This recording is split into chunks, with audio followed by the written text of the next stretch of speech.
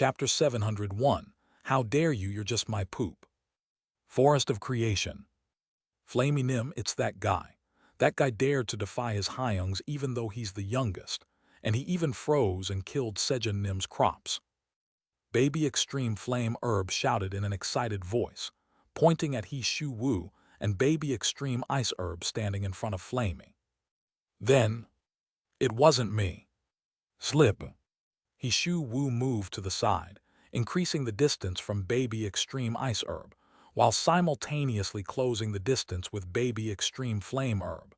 And then, how dare you freeze and kill the crop Sejun Nim raised with such effort? Rumble. The enraged Flamey moved her giant root. Crash. And lightly smacked Baby Extreme Ice Herb's head. Heeing. Baby Extreme Ice Herb clutched its head in pain and teared up.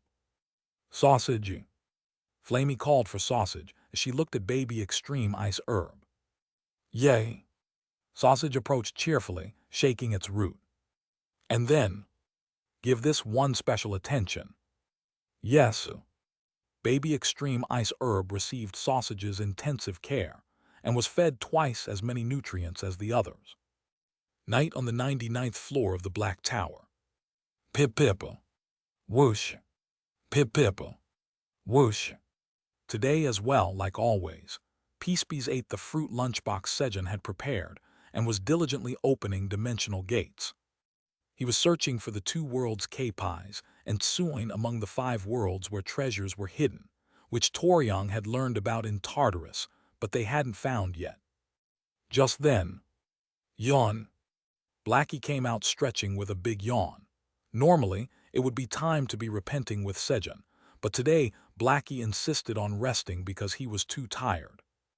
Kilahit Kaying. Hee Peacebees Hyung. Great Blackie has a world he wants to go to. He came to ask Peacebees for a favor. Earlier in the day, after Kyungi had grown Baby Extreme Flame Herb and received praise and belly rubs from Sejun. If Great Blackie nurtures Baby 10,000 Poison Herb, won't Butler give belly rubs only to Great Blackie? Blackie had formulated this plan while remembering the stone of 10,000 poisons that Kabulto had abandoned before. Blackie's intention was to monopolize Sejun's belly rubs. Pip, which world do you want to go to? Kilahit Kaying. Kabulto knows. Yalio. It's here. Pip got it. Whoosh. With Peacebee's help, they arrived in the world where the stone of 10,000 poisons had been discarded. Yalio. This way. Guided by Kabulto, they began searching for the stone of 10,000 poisons. While they were moving like this. Stand back, this is my domain, the stone of 10,000 poisons territory. A black toxic aura from the stone of 10,000 poisons blocked their path. Yalio. How dare you, you're just my poop. Kabulto bravely stepped forward. However, Yalio. Ugh, my poop is too strong. Kabulto had grown too weak and couldn't withstand the poison.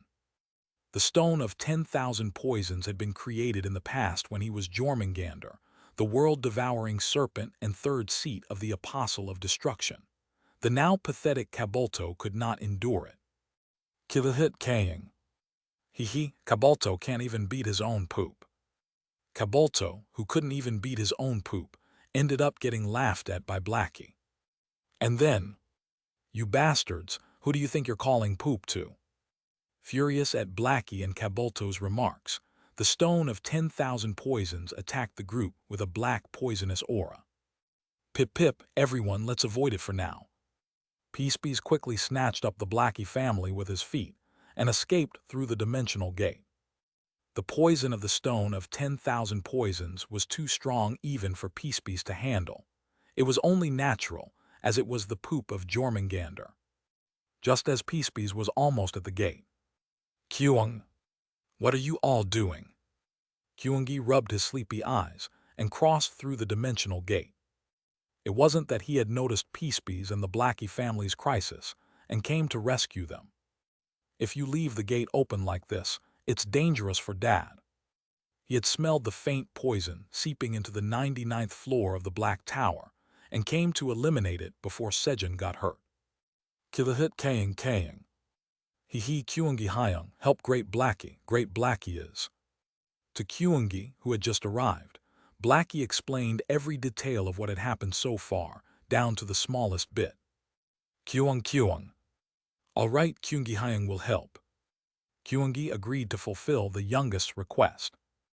And then, step, without hesitation, he inhaled the black poison as he walked to where the stone of 10,000 poisons was.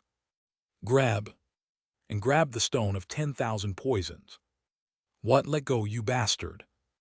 Of course, the stone of 10,000 poisons resisted. Kyung, stay still. Squeeze. Eek, I'm cracking. No, please loosen your grip.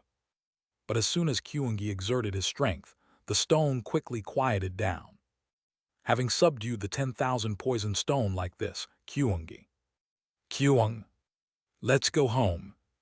Return to the Black Tower with Peacepeace and the Blackie family and Kyung, time to eat. Kilahit Kaying. Hurry up and eat. Baby 10,000 poison herb absorbed the stone of 10,000 poisons and grew into the 10,000 poison herb before dissolving into black poisonous energy and disappearing. Kyung. Then Kyungi is going back to sleep now. Pip, yes, Kyungi Hyunam sleep well. Kilahit Kaying. Kyungi Hyung good night. Peacepeace Hyung Great Blackie will sleep too. Pip, Blackie good night too. Once everything was taken care of, Kyungi and the Blackie family went back to sleep. Whoosh. Peacepeace resumed opening dimensional gates in search of the worlds where treasures were hidden. In the now empty elixir field, Baby Ginseng, left alone, envied his friends who had all gone away. And, isn't he coming today? Cuck, it must have been my scary expression that scared him away. Corruption, who had been practicing his scary expressions hard, rejoiced thinking he had won when Sejun didn't appear, but his eyes were full of disappointment. The next morning, Alrig, Baby 10,000 poison herb has grown into a 10,000 poison herb by absorbing powerful poisons. The 10,000 poison herb has returned to its rightful place. You have completed one of the 5 requirements of your promotion quest. A message appeared before Sejun as he opened his eyes. Who did it? Sejun wondered. Keikirorong. Blackie, who should have been bragging about his achievement, was fast asleep on Sejun's belly and couldn't answer. And then, it must have been Kyungi. Sejun made a comment that would make Blackie burst with frustration. Since Kyungi had previously eaten the nekma, the poison of slaughter, malice formed from countless poisons in the Brown Tower, Sejun's deduction wasn't far-fetched. But why did he do it at night? Sejun pondered again. He must have done it because he was worried I might get hurt. Adding Kyungi to the picture made everything fall into place. My reasoning skills really are top-notch. Pleased with himself over his flawless deduction, Sejun grinned. You're fack-rotting, meow. Thwack. Theo's front paw smacked his face and humbled him. Meow. Kaying. Sejun took care of the Theo couple and the Blackie family and resumed his usual morning routine, and thump. Before breakfast, Pink Fur appeared carrying Kyungi. Our Kyungi's back. You must be tired from waking up at night to grow baby 10,000 poison herb. Kurorong. Sejun gave Kyungi some belly rubs as he slept peacefully. Kyuhiha. Thanks to that, Kyungi woke up in a good mood. Kaying. Butler, you should praise Great Blackie. Great Blackie is the one who brought back the stone of 10,000 poisons. Instead, Blackie, who had his praise stolen, woke up and immediately barked fiercely with angry eyes. Kyung. Dad, it was Kyungi who raised baby 10,000 poison herb. Blackie did it. Kyungi took Blackie's side and, really? Sorry, I thought it was Kyungi. Well done, Blackie. Realizing the truth, Sejun quickly hugged Blackie. Then, Kilahit Kang. Hee butler, Great Blackie will help you from now on. Just trust in Great Blackie. Yes, yes. With a triumphant expression, Blackie received his belly rubs. A little later, after breakfast was finished, Pew Hut, Great Hybrid Chairman Park, I will go earn lots of money, meow. Kaiwat, I'll be off too. Theo and Yona left for work on the 37th floor of the Green Tower, and let's get to work too. Sejun worked together with Kyungi and Blackie. Kilahit Kang. Great Blackie worked overtime at night, so he's taking a break today. Blackie tried to slack off again today, but nope, not allowed. You guys are totally fine even after staying up for days. Instead, if you harvest 10,000 sweet potatoes, I'll give you one roasted and dried sweet potato. Kaying. Got it, leave it to Great Blackie. Tempted by Sejun's carrot, he ended up working even harder than usual. And Kyung. Haha, doesn't Kyungi get anything? Kyungi looked at Sejun with hopeful eyes full of expectation. If Kyungi harvests everything in the cornfield and potato field, I'll make sweet potato candy for you. Kyung. Hasn't good. Overjoyed by Sejun's answer, Kyungi rushed off toward the cornfield. Adorable little guys. Sejun smiled as he watched Kyungi and Blackie. It's always the cutest one who gets an extra treat. He secretly pulled out an extremely delicious royal honey sweet potato, harvested earlier by Blackie, from the pouch of abundance. Having increased their numbers over the past 2 days, he had secured a total of 199 extremely delicious royal honey sweet potatoes. Pogue. Sejun planted all 199 of them. Drip. Used harvest elixirs he had on 15 of the sweet potatoes. Crackle.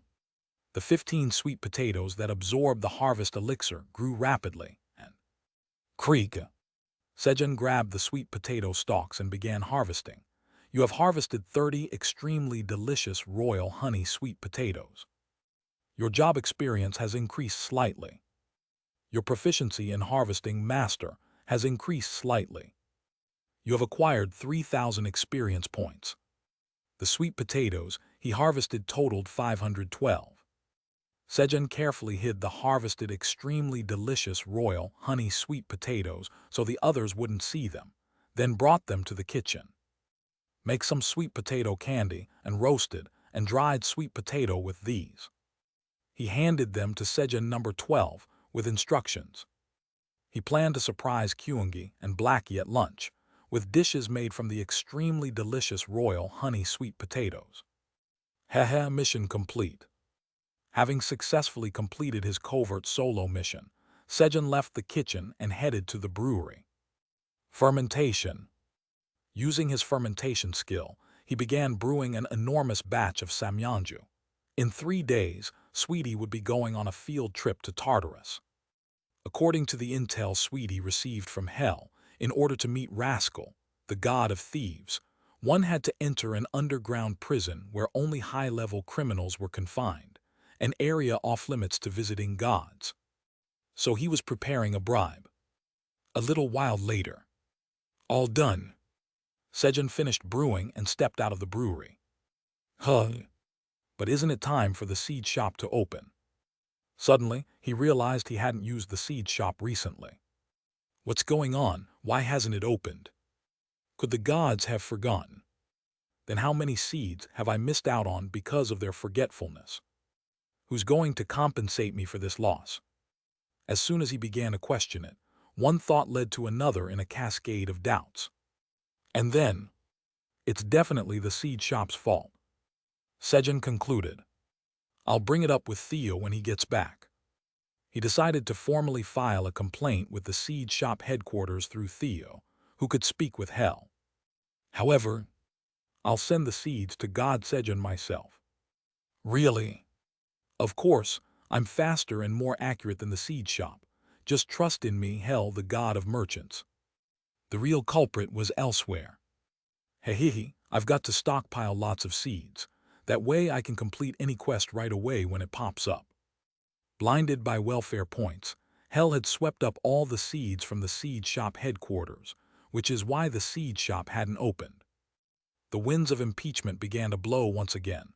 This time, it was quite a fierce wind.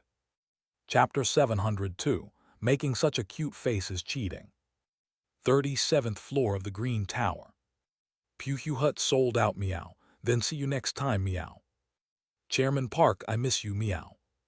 Once again, Theo, who had completely sold out Sejun's crops, quickly began to prepare to leave.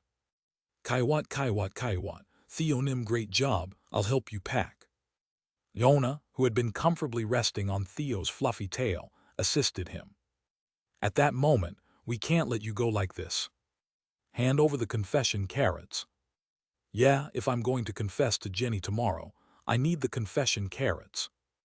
A few solo merchants, who couldn't give up on the confession carrots, surrounded Theo. They knew how strong Theo was, but thought that by surrounding him with many people, they could apply psychological pressure. Of course, their plan was to run away as soon as they were hit. Then, Kaiwo, what? It's time for my Theo Nim to go home. Having seen through their intentions, Iona spoke with displeasure, entering the third stage of angry Kaiwo. But who do you think would be scared by a sound like that? This was the Green Tower. The legend of the destructive wizard Iona had not yet spread here. However, class is eternal. A legend is a legend for a reason.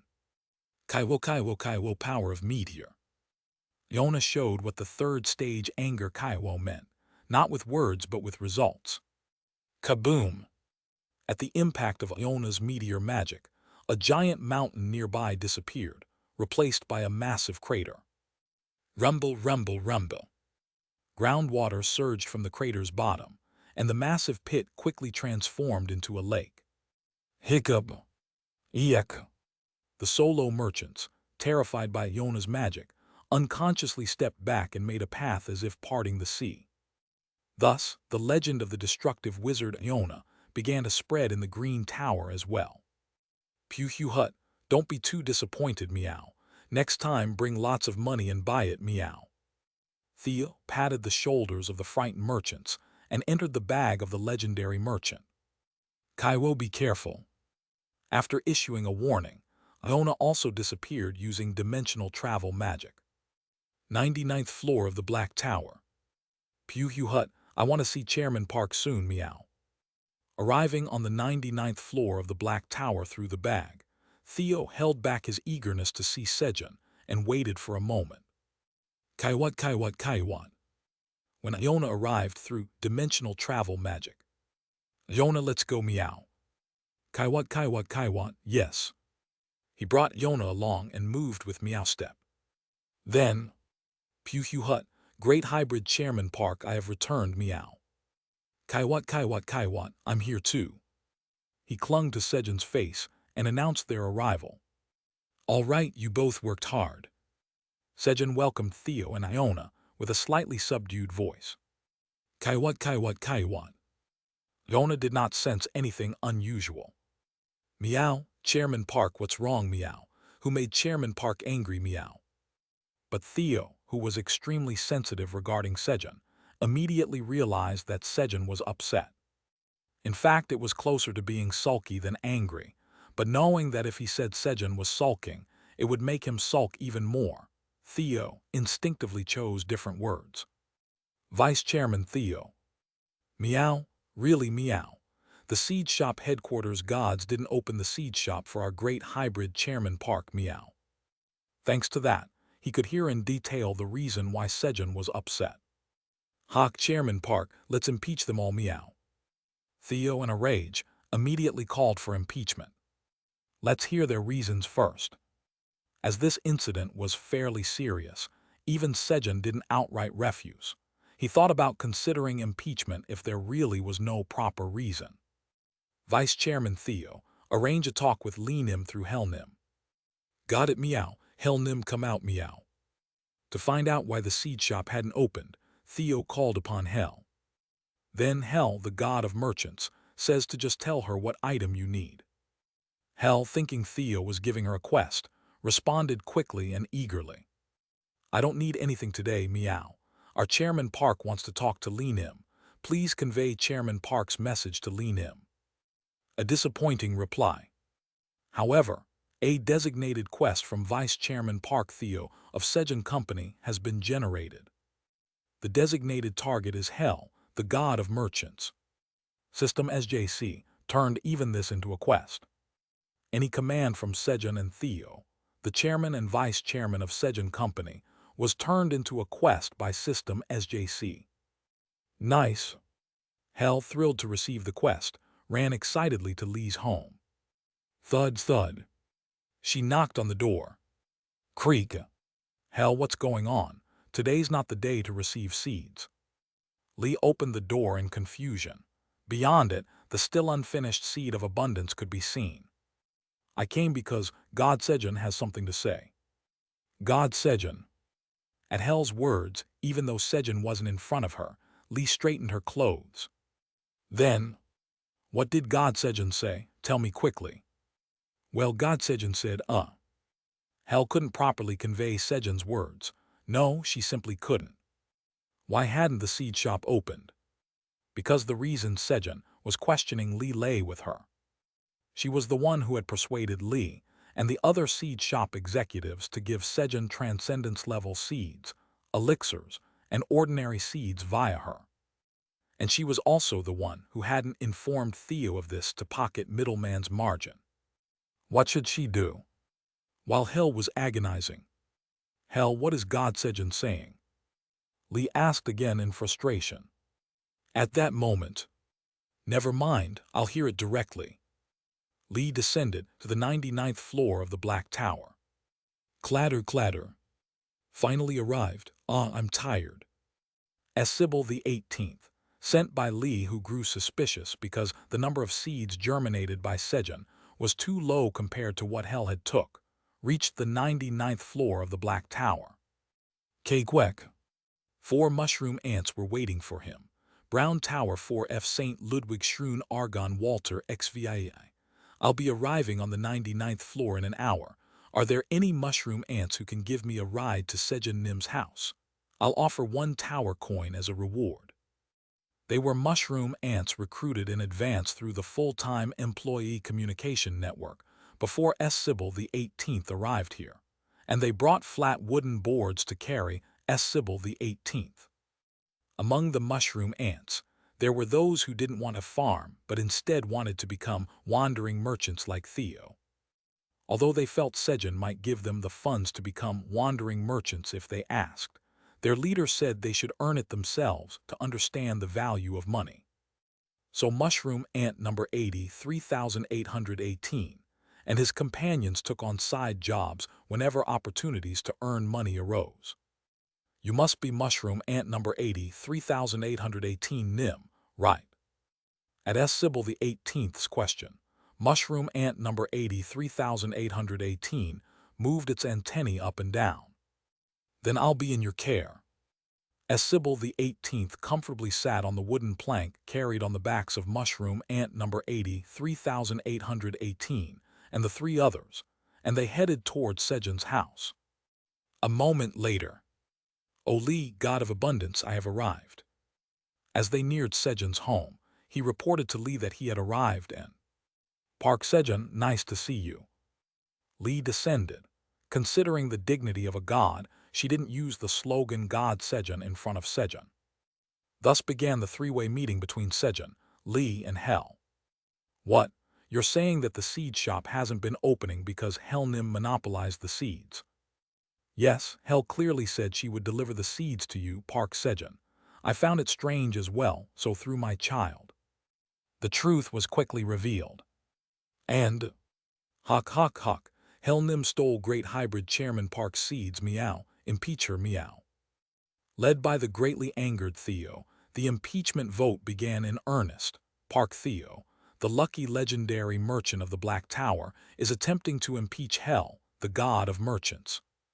Slaves of the Black Tower Mimir, Urin, Jito, Ninir, Machan, and Majin automatically agree with the opinion of Park Theo, the legendary merchant of the Black Tower. Slaves of the Green Tower Turbo, Shark. Slaves of the Golden Tower Yudo, Marin. The vote of a legendary merchant counts as 2 votes. The number of legendary merchants Theo had gathered amounted to 17. Considering the total number of legendary merchants was 25, nearly 2/3 were on Theo's side. The situation was already overwhelming to the point where there was no need to count votes, rolling dice to determine the lucky legendary merchant's vote count. The dice numbers range from 1 to 6. Oops, one more dice is accidentally rolled. Here, Theo's luck exploded once again. The first die rolls a 6.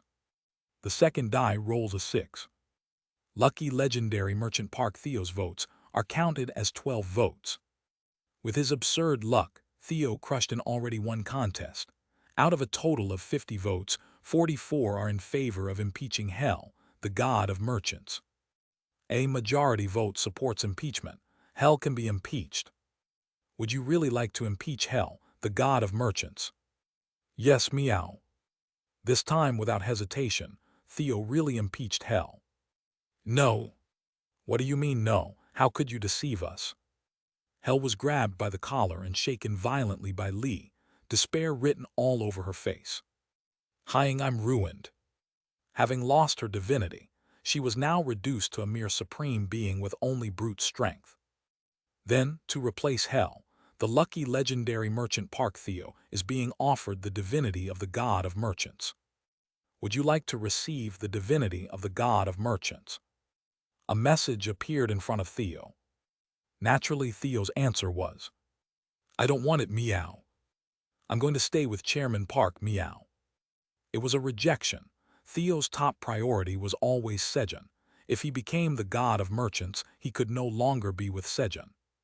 When Theo refused, the position of the god of merchants cannot remain vacant. A temporary impeachment of Hell is recommended. System 371 suggested that Hell be impeached only for a certain period. It knew it wouldn't be impeached, but somehow it didn't feel like it was someone else's issue. Pewhut sounds good, meow. Theo accepted System 371 suggestion and Chairman Park, I've impeached Hellnim, meow, but now we have to decide how long to impeach her for, meow. He scurried over to report to Sejun. What, you already impeached her? Pewhut, that's right, meow. Since she stole great hybrid Chairman Park seeds, impeachment was only right, meow. But you can decide the impeachment period too. Pewhut, that's right, meow. Let's impeach Hellnim for, say, 1,000 years, meow. That's too long, 1 month. A month sounds good. We can always impeach her again later anyway, heh. Pewhut, as expected of great hybrid Chairman Park, so generous, meow, will impeach Hellnim for 1 month, meow. Once Hell's impeachment period was decided, Hell, the god of merchants, loses her divinity for 1 month. A message appeared in front of Hell. 1 month, thank you, thank you. Hell, who had thought she would lose her divinity forever, was overwhelmed with emotion and bowed fervently in the direction of where Theo was. Then cannot stay in Hell's pawnshop due to lack of divinity. Transferring to a temporary residence. She was kicked out of her pawnshop. Hell. Oh, Patrick, good to see you. She arrived on the 9th floor of the 10th tower where Patrick was staying, and Hell's pawnshop was temporarily shut down for 1 month. If you're staying here, you'll have to pay rent to Sejun. Rent? Of course, only the pawnshop was temporarily closed. Hell herself didn't get to rest. Well then, I'll be going now. As Sybil the 18th, who had summoned Lee, called a mushroom ant taxi and departed. Let's eat. Sejun and the group sat down for dinner. Theo ate grilled fish, and Iona ate stir-fried peanuts. Kyung. Haha, even cold candied sweet potatoes taste great. Kilahit Kaying. Hee, great Blackie is so happy. Kyungi and Blackie were happily enjoying candied sweet potatoes and roasted and dried sweet potatoes made from the leftover extremely delicious royal honey sweet potatoes they had at lunch. The name extremely delicious was not wasted at all. It was truly sweet and delicious. After dinner, as Sejun chatted with the group and the sky grew dark. I guess it's time to sleep. He lay down in bed and helped with the Blackie family with their apologies. A little later, Gururuk, corruption with its grotesque appearance, showed up. Kuhuhu. As usual, corruption tried to scare Sejun by making the scariest face possible. However, making such a cute face is cheating. This corruption guy, the more I look at him, the better he seems. He was the type that grows on you. Sejun had grown so attached that he could even find cuteness in corruption's monstrous appearance. Meow. Kaiwat. Kaying. Of course, the others couldn't agree with that sentiment. And then, "What, you called me I'm cute. What are you up to, you bastard? Why are you being nice to me?" Rather, the corruption became scared of Sejun, who kept making him harbor hope.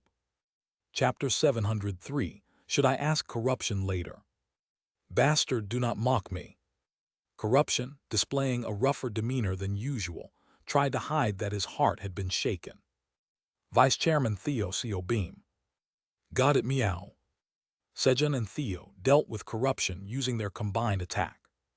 After that, corruption appeared about 5 more times, and Sejun was able to earn 500 billion tower coins thanks to the CO beam.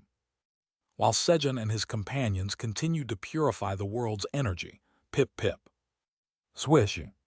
Peacebees continued diligently opening dimensional gates, searching for K-Pies and Suin, where treasures were hidden. However, pip, this isn't the place either. Finding the 2 worlds was harder than expected. But I'll keep trying. Without giving up, Peacebees opened the dimensional gate again. A little while later. Pip, what is the name of this world? Peacebees, who had arrived in a new world, flew to a passing man and asked for the world's name. Ah, you must be a dimensional wanderer. Pip, dimensional wanderer. Yes, we call people from other dimensions dimensional wanderers, and this world is called K-Pies. The man wasn't surprised by Peacebee's question and welcomed him as if meeting a foreign tourist. I found it. Peacebees was also delighted by the man's answer. And, I forgot to introduce myself. Nice to meet you, I'm Morgan. Pip, Morgan Nim, nice to meet you. My name is Park Peacebees. After exchanging introductions, would it be all right if I showed you around our neighborhood? Morgan offered to give Peacebees a tour. Pip, Morgan Nim, would it be okay if I come back with my companions later for the tour? Since Peacebees wanted to enjoy the visit with Sejun, he asked Morgan. Of course, anytime. If you're looking for me, just come to the big mansion you see over there. Morgan pointed to a large mansion in the distance and began walking toward it. Morning on the 99th floor of the Black Tower. All right. Sejun, who had purified the world's energy all night, opened his eyes. You have completely eliminated the corruption within the world's energy and completed the purified world's energy. You have completed the quest. As a quest reward, all stats have increased by 7. As a quest completion reward, the stay fee for the 0th floor has been reduced by 0.0001%. Nice. Now I just need to reduce the stay fee by another 21.699% to go home for free. Haha, then I can meet Aileen safely too. Sejun grinned at the thought of meeting Aileen. Since he couldn't find a solution inside the tower, he was planning to reduce the stay fee by 100% to meet Aileen on Earth. Aileen's stay fee was enormous, but the moment the stay fee reduction became 100%, the cost would be 0. It wouldn't be a problem at all. As long as the system doesn't mess with me. Of course, to prepare for any situation, impeaching the system is essential. Once I go back, everyone will be jealous of me, right? Because my Aileen is just too beautiful. Sejun imagined introducing Aileen to his friends, even though he didn't have any. Aileen. After indulging in that pleasant fantasy for a while. Meow. Kaying. Clank. He gathered his companions and opened the void storage. And then, press swoosh. Press, swoosh. Black Tower's lucky legendary Merchant Park Theo has defeated the first calamity of destruction, White Locust. You have obtained 50 million experience points, which is 50% of the experience gained by Park Theo. Due to the effective title, owner of the Calamity Farm, you have acquired an additional 100 million experience points. Pressing Theo's front paw, Sejun began hunting calamities with the one meow slash. A little while later. Done. Meow.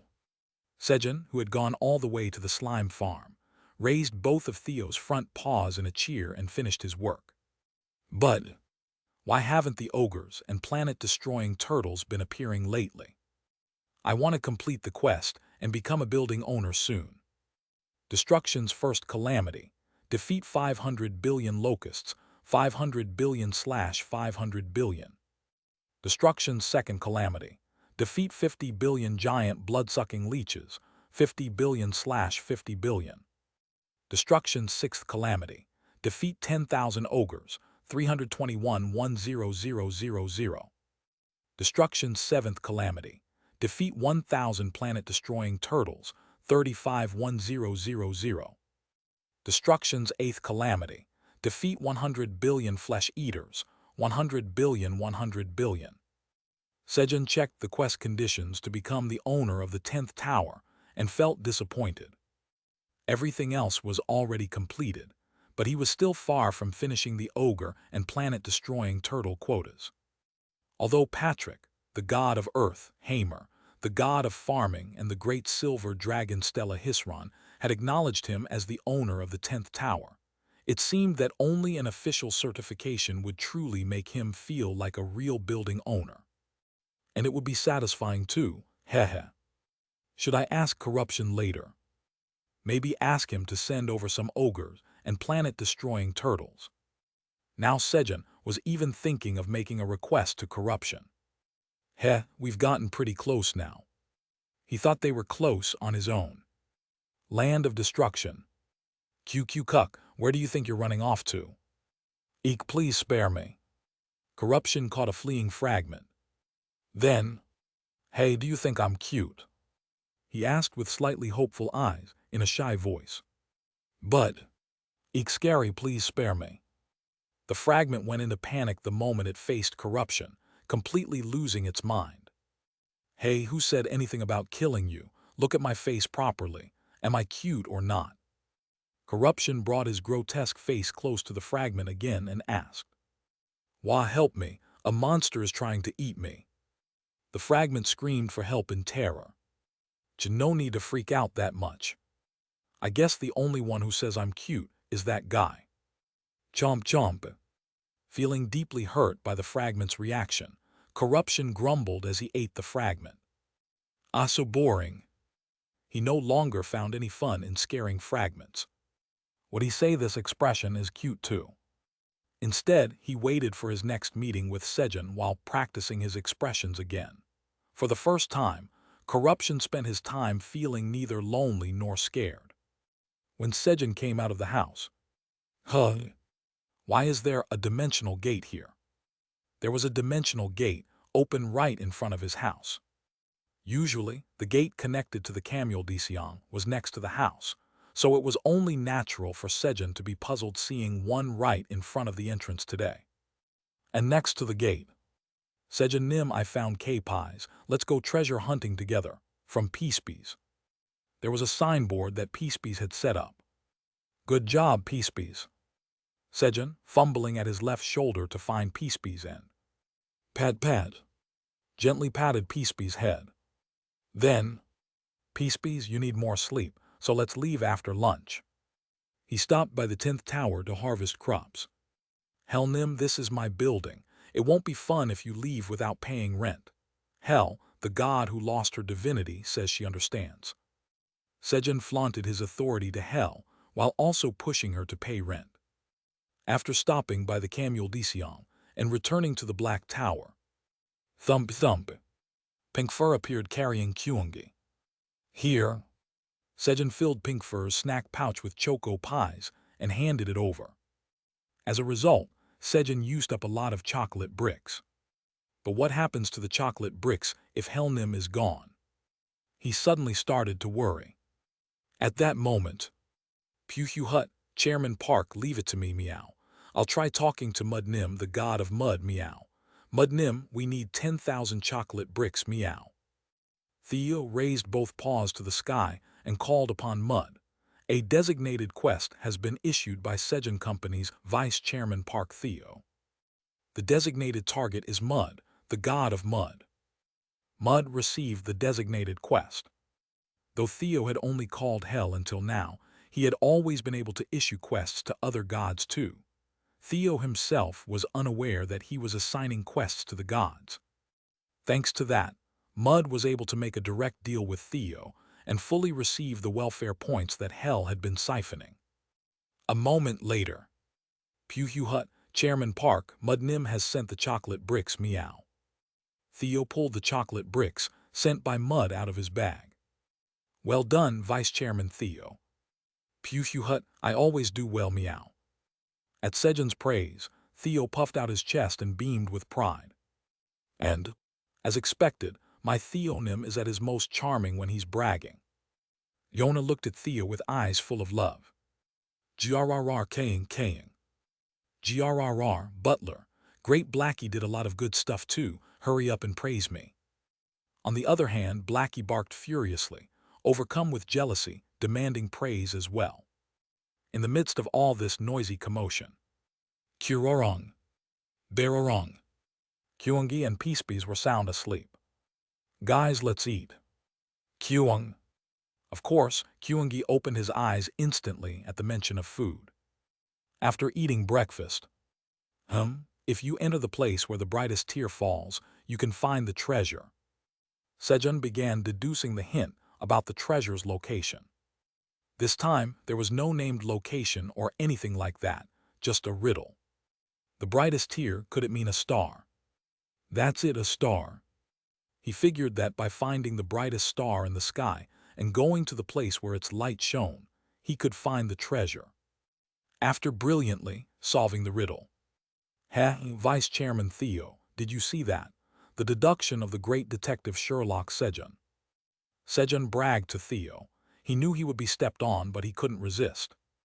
And then, meow, Chairman Park's face looks rotten, meow. Everyone step on him, meow. Kaiwat, yes. Kyung. Dad made a bad face again. Kilahit Kaying. He, let's step on the butler's face. Naturally, Sejun got stepped on by Theo and the others.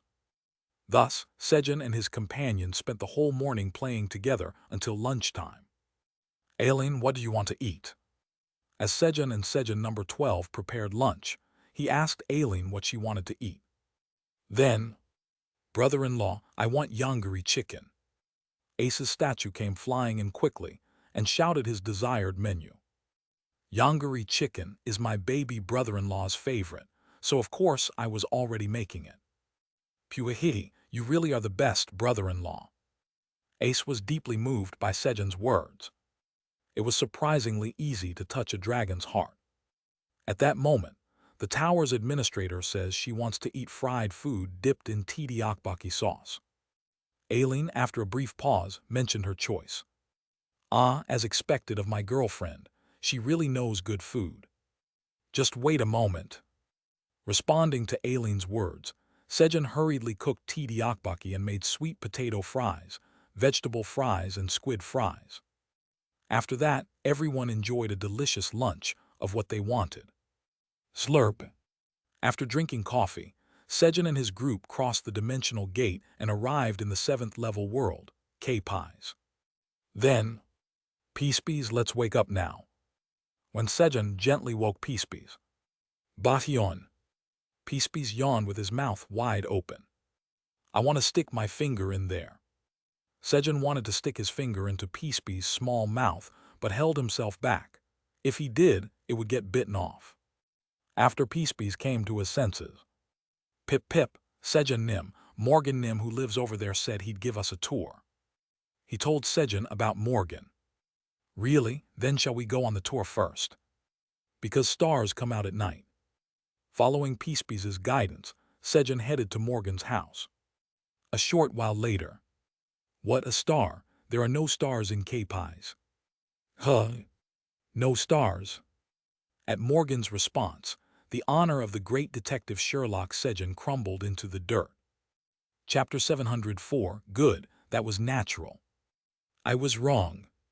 When his confident deduction turned out to be incorrect, Sejun became dejected. And then, Pew Hut, Chairman Park, it's okay, meow. I Vice Chairman Theo will keep it a secret, meow. Kaiwat, me too. Kyung. Dad, cheer up. Kyungi will also keep it a secret. The companions consoled Sejun. Kilahit kaying. He, butler. If you give me some roasted and dried sweet potatoes, no. Great Blackie will keep it a secret unconditionally.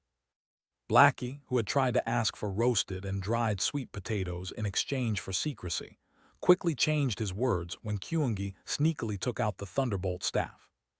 Guys, thank you. Sejun expressed his gratitude to the group and stared intently at Morgan. What about you? I will also keep it a secret.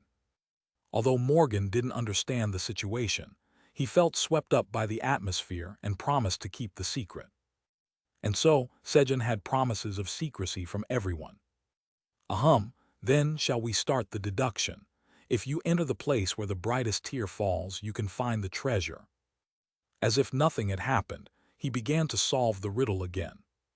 First, I don't think it's a star, meow. Yeah, I thought the same. They eliminated stars from the option, since someone from a parallel universe had tried and failed with that choice. Kaiwat. Maybe it refers to where a meteor fell. Lona befitting a meteor maniac, first thought of meteors. Kyung. It might be the place where the light refracted by tear-shaped ice is pointing to. Remembering the beautiful sight he saw when obtaining the baby extreme ice herb, Kyungi also offered his opinion. Pip, it might be a jewel. Peaceby shared his thoughts as well. And then, Kilahit kaying. He, butler, what if it really means crying, like shining tears coming from the eyes while crying? Great Blackie's deduction is correct, because Great Blackie is actually Detective Capping. Blackie barked confidently with a smug expression. Seeing Blackie like that, Sejun grew annoyed, because he was asserting such an absurd idea so confidently. Blackie, want to go on a diet until you cry? Kaying. No. Just then, as Blackie whimpered at Sejun's words. I think the brightest tear might be referring to the tear's waterfall. Morgan, who had been listening quietly, cautiously spoke up. Tear's waterfall? Yes. If you ride from here to the east for about 10 days, there's a huge waterfall. It's called the Tear Waterfall because the shape of the falling water resembles tears. I also heard it shines brightly during the day under sunlight. Oh, really? Actually, I was thinking about a waterfall too. Let's head there first. To maintain his dignity as Detective Sherlock Sejun, he subtly piggybacked on Morgan's suggestion and stood up. And then, Pew Hut, Morgan Nim, why aren't you getting up, meow? Theo stared intently at Morgan, who remained seated, and asked. You said you'd guide us, meow. Hurry and guide us, meow. Wait, that was for local guidance. The Tears Lake is 10 days away from here. Morgan felt a little wronged, but, yes, please follow me. He agreed in the end, a daily life where he couldn't do much. Somehow, he felt like something fun might happen if he followed them. Which way is it, meow? Direction that way. In response to Theo's question, Morgan pointed east. Pew Hut, Kyungi, it's that way, meow. Kyung. Got it. Moments later. Swoosh. Kyungi, carrying the group, quickly flew eastward and reached in 10 minutes what would have taken 10 days on horseback. Swoosh. It really is teardrop-shaped. Sejun spoke as he looked at the massive waterfall falling in the shape of tears. Then the brightest tear is. Sejun closely examined the waterfall, looking for a unique feature. Is that it? Sejun's eyes spotted a place where the refracted lights of the waterfall's water converged, and the brightest light was shining. And then, Found it Kyungi over there. He headed toward a cave that looked like some kind of entrance. Kyung. Got it. Thus, Sejun and his companions arrived in front of the cave. This is it. Sejun was convinced upon seeing the artificially made stairs. This was definitely the entrance leading to the treasure. Let's go. Hut sounds good, meow. As Sejun and his companions descended the stairs and continued for a while, the stairs began to incline upward again, and then they went uphill for a long time. Then came another downhill, followed by more uphill. It went on and on. What is this? It's just going in circles. How long do we have to keep going? As Sejun grumbled. Hut, Chairman Park, I feel a pull, meow. Theo pointed in one direction, and Kyungi will make a path. Boom! Kyungi broke the wall in the direction Theo had pointed and began digging a tunnel. In truth, the god who hid the treasure had given Toryong a path that was more of a trap than a shortcut. However, thanks to the combo play of Theo and Kyungi, they managed to skip a route that would have taken hundreds of kilometers. After following the tunnel Kyungi created for about 30 minutes. Oh! Sejun discovered a warehouse piled with an enormous amount of treasure. It looked like it amounted to about 50 quadrillion tower coins. Hehe, guys, gather it up. Sejun and his companions eagerly packed the treasures into the void storage, and even Morgan, caught up in the moment, helped carry the treasure. 17 hours later. The sun's still up. Has a day passed? As he exited the cave, Sejun looked at the rising sun and spoke. The treasure volume was so vast that they had worked all night to move it all. Morgan Nim, thank you for your help.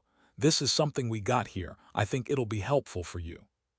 Sejun handed Morgan a reward for helping through the night and left for where the dimensional gate was.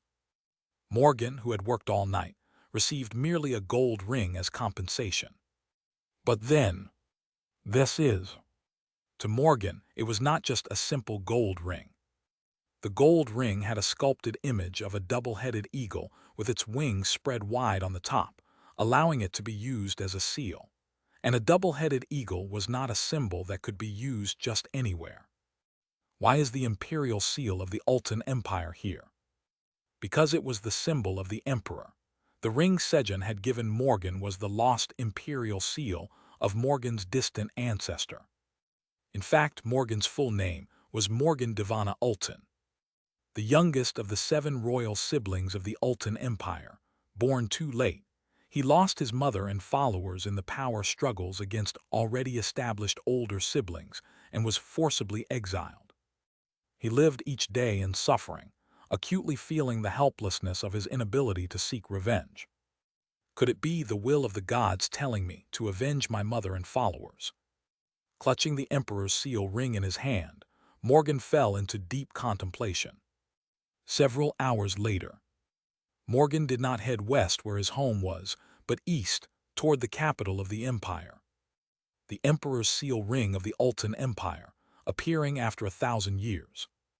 Its value was immense, and a great storm began to stir in K-Pies. Arrived. Sejun and his companions returned to the Black Tower after passing through the dimensional gate. Hut, Chairman Park, but why did you give Morgan Nim that ring earlier, meow? Theo asked Sejun. That. There was some kind of connection between the ring and Morgan Nim. Meow. Well, Sejun began explaining the earlier situation to Theo. Sejun couldn't just let Morgan, who had helped so much, go empty-handed. 1 box should be enough, right? No, since he also kept the secret, should it be 2 boxes? He was deliberating how much treasure to give Morgan. At that moment, a gold ring caught Sejun's eye. Title: One who glimpsed long into the beginning has identified the true essence of the ring. His title activated, revealing the ring's option: Ultan Empire Emperor's Seal Ring. This ring was forged by melting the blood and gold of a gold dragon, which the founding emperor of the Ultan Empire, Zakin Divana Ultan, obtained after battling the dragon during his travels in another world.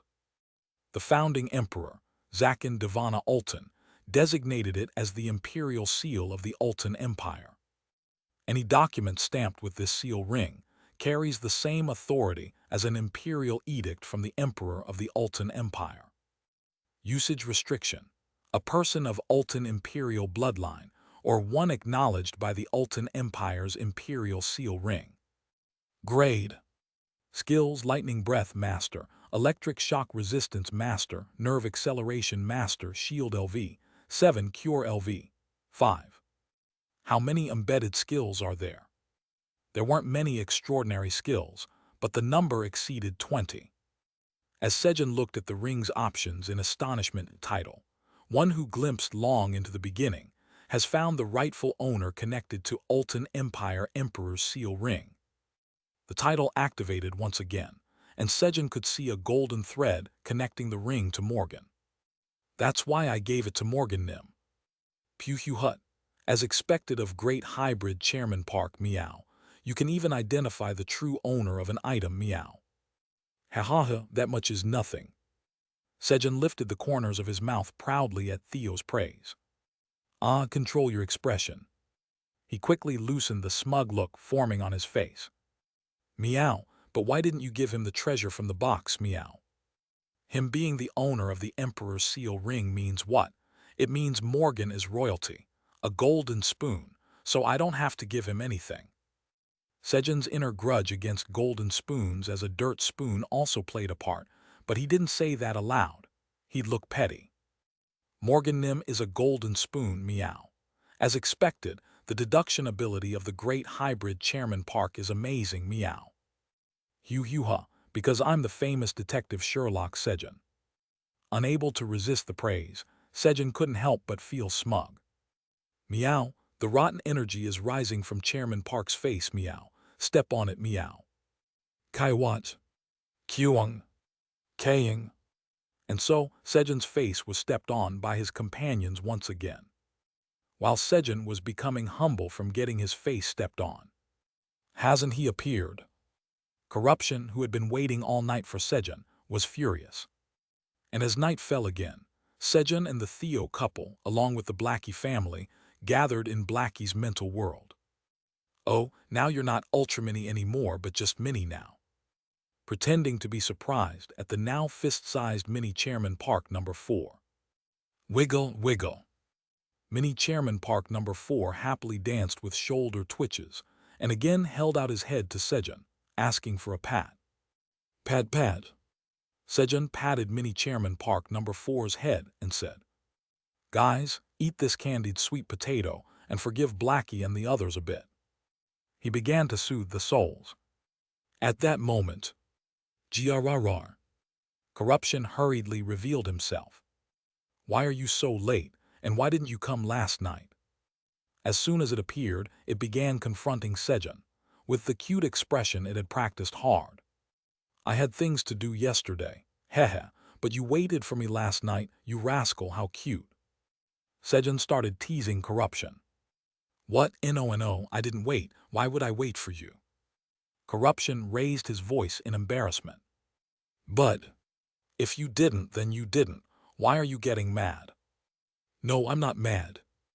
When Sejun replied with a hurt expression, Corruption's voice quickly softened. Then, oh right, by the way, why haven't you been sending ogres and planet destroyer turtles lately? I need to do quests, can't you send them again? Sejun asked Corruption to resume sending ogres and the planet destroyer turtle. But, HMPH, why should I? Corruption coldly rejected Sejun's request. And then, QQ Cuck, I am not one who grants requests but Corruption, the one who brings despair. He threatened Sejun and his companions in a sinister and ominous voice. Vice Chairman Theo. Got it, meow. At Sejun's call, Theo clung to the back of Sejun's head and placed his front paws on Sejun's temples. Flash. By burning money, he transferred power to Sejun. F whoosh. QQ Cuck. Corruption, struck by the CO beam, faded away with a faint smile. Good, that was natural. Because he hadn't been caught when he almost replied with yeah to Sejun's request, and hurriedly changed it to HMPH instead. A short while later, crack, the black moon began to open. And then, QQ go and destroy the world. From the black moon, ogres and planet destroyer turtles emerged. Well, it's not my fault that what I wanted and the request happened to align. Corruption spoke as if it couldn't be helped, but the corners of his lips had subtly curled upward. Chapter 705. Then, who is the next highest-ranking person? Morning on the 99th floor of the Black Tower. Haha, quest complete. You have completely eliminated the corruption within the world's energy and completed the purified world's energy. You have completed the quest. Sejun, who had purified the world's energy again today, woke up with a smile, and then, meow, kaying. As usual, he took care of his companions, opened the void storage, and poke shung, hunted calamities using Theo's paw. Black Tower's lucky legendary merchant Park Theo has defeated the fourth calamity of destruction, petrifying Ray Spider. You have obtained 100 billion experience points, which is 50% of the experience gained by Park Theo. Due to the effect of title, owner of the Calamity Farm, you have acquired an additional 200 billion experience points. While steadily gaining experience, congratulations. You have leveled up. You have gained 10 bonus stats. Sejun reached level 200. Upon leveling up, End-Day Job Quest has been generated. Job Quest, you must master the seed harvesting skill. Reward, unlock level 201, 700 billion tower coins, all stats plus 1500. He received a job quest to reach level 201. Hahaha, I already expected this. Sejun, after checking the quest message, smirked proudly. Since the job quests to master magic seed sowing and harvesting had appeared in order. Next must be seed harvesting. Sejun focused on using the seed harvesting skill and raised it to master level. For reference, the master level effect of the seed harvesting skill is acquiring 100 extra seeds for every 10,000 seeds of the same type harvested. You have already mastered seed harvesting, master. You have completed the quest. As a reward for completing the quest, level 201 has been unlocked. Thus, prepared Sejun immediately completed the job quest and received the quest completion reward. And then, meow, your face is rotten, meow. Being too smug, he ended up needing Theo's massage. A little while later, after stopping by the 10th tower and harvesting crops, Sejun arrived at Camille Disiong through the dimensional gate. Kiki, Kaya. The Destruction Devourers and Destruction Pioneers were busily moving about, not even realizing that Sejun and his companions had arrived. The Destruction Devourers absorbed the energy of destruction and diligently exhaled the energy of creation, while the Destruction Pioneers busily planted the seeds of the Destruction Devourers. Though it was their usual routine, today the atmosphere felt quite different, perhaps solemn. At that moment, Kaying. How dare you ignore butler and great leader when they arrive? Do you want to be scolded? Blackie, who had just woken up, barked angrily. Then, Kiki, Kaya. The Destruction Devourers and Destruction Pioneers hurriedly swarmed towards Sejun. What's going on, guys?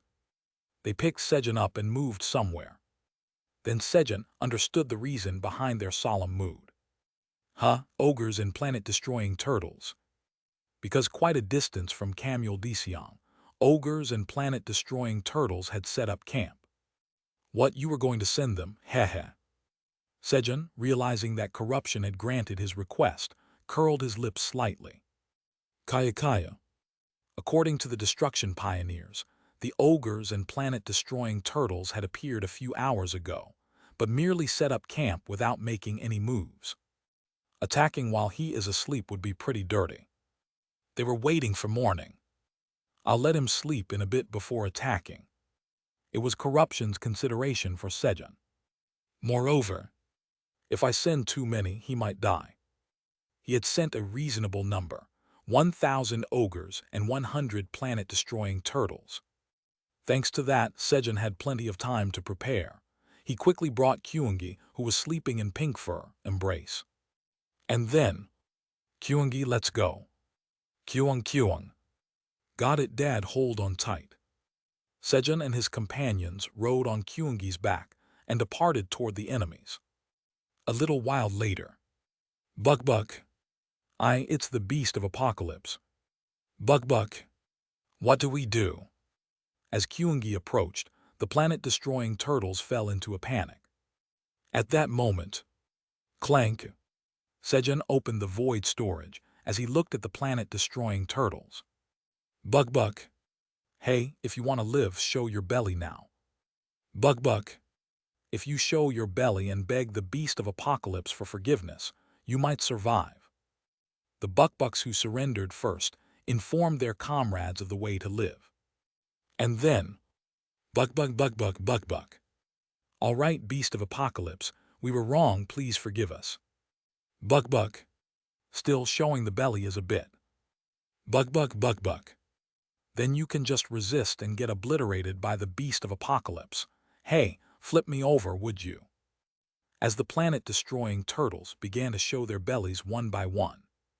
Destruction's 7th calamity. Defeat 1,000 planet-destroying turtles, 371000. Destruction's 7th calamity. Defeat 1,000 planet-destroying turtles, 431000. Destruction's 7th calamity. Defeat 1,000 planet-destroying turtles, 68100. The number displayed in Sejun's quest quickly increased. Why are those guys acting like that? The ogres looked on, puzzled at the behavior of the planet-destroying turtles. Then, Bucks attacked the ogres. Kyungi gave an order to the surrendered planet-destroying turtles. Zing. The surrendered planet-destroying turtles quickly flipped over and began firing destruction beams at the ogres. Zing. Though the ogres outnumbered them 10-1, the planet-destroying turtles were stronger. On top of that, the ogres had let their guard down thinking the turtles were on their side. The battle ended in an instant. Why did he send so few? He could have sent more. Sejun grumbled that the number was too small, after corruption had thoughtfully sent only a few. I'll have to talk about it when I meet him tonight. Sejun thought he should confront corruption when he met him at night, and, come here, I'll take you to your king. He approached the ogre corpses and collected their battle aura. Kyung. Enter here. Buck. The surrendered planet-destroying turtles miniaturized themselves, and under Kyungi's command, entered the void storage in an orderly fashion. After taking care of the aftermath and returning to Kamuldesion. Kiki. Kaikayu. The Destruction Devourers and Destruction Pioneers welcomed Sejun and his companions, who had defeated the ogres and planet-destroying turtles. Kivahit. Thanks to this, Blackie was excited. Kivahit kaying. Hee guys, great leader Blackie has won. Follow great leader Blackie. Kiki. Kaya. He ran energetically around the area with his subordinates. Poke.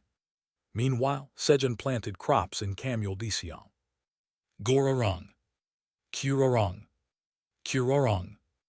Theo Couple and Kyungi fell fast asleep in Sejun's arms. Theo was tired from absorbing the tremendous energy of the ogres and planet-destroying turtles heading toward Sejun. Iona was tired from preparing large-scale destructive magic in case of emergency, and Kyungi was just tired from waking up early. A moment later. Kaying. Butler, great Blackie is sleepy. Sigh, of course you're tired after running around like that. Keiki wrong. After exhausting himself from running around enthusiastically, the energized Blackie also fell asleep in Sejun's arms.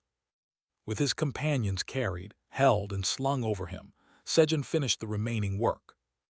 Returning to the Black Tower. Guys, let's eat quickly. He woke up the group, had breakfast in a hurry, and headed to the brewery. And then, Kekal. He began carefully ladling the samyangju from the jar with a dipper, being careful not to stir up the sediment, and pouring it into empty bottles. Today was the day Sweetie was going on a field trip to Tartarus. He had to prepare bribes. Pew hut, Chairman Park, look at me, meow. I'm doing well, meow.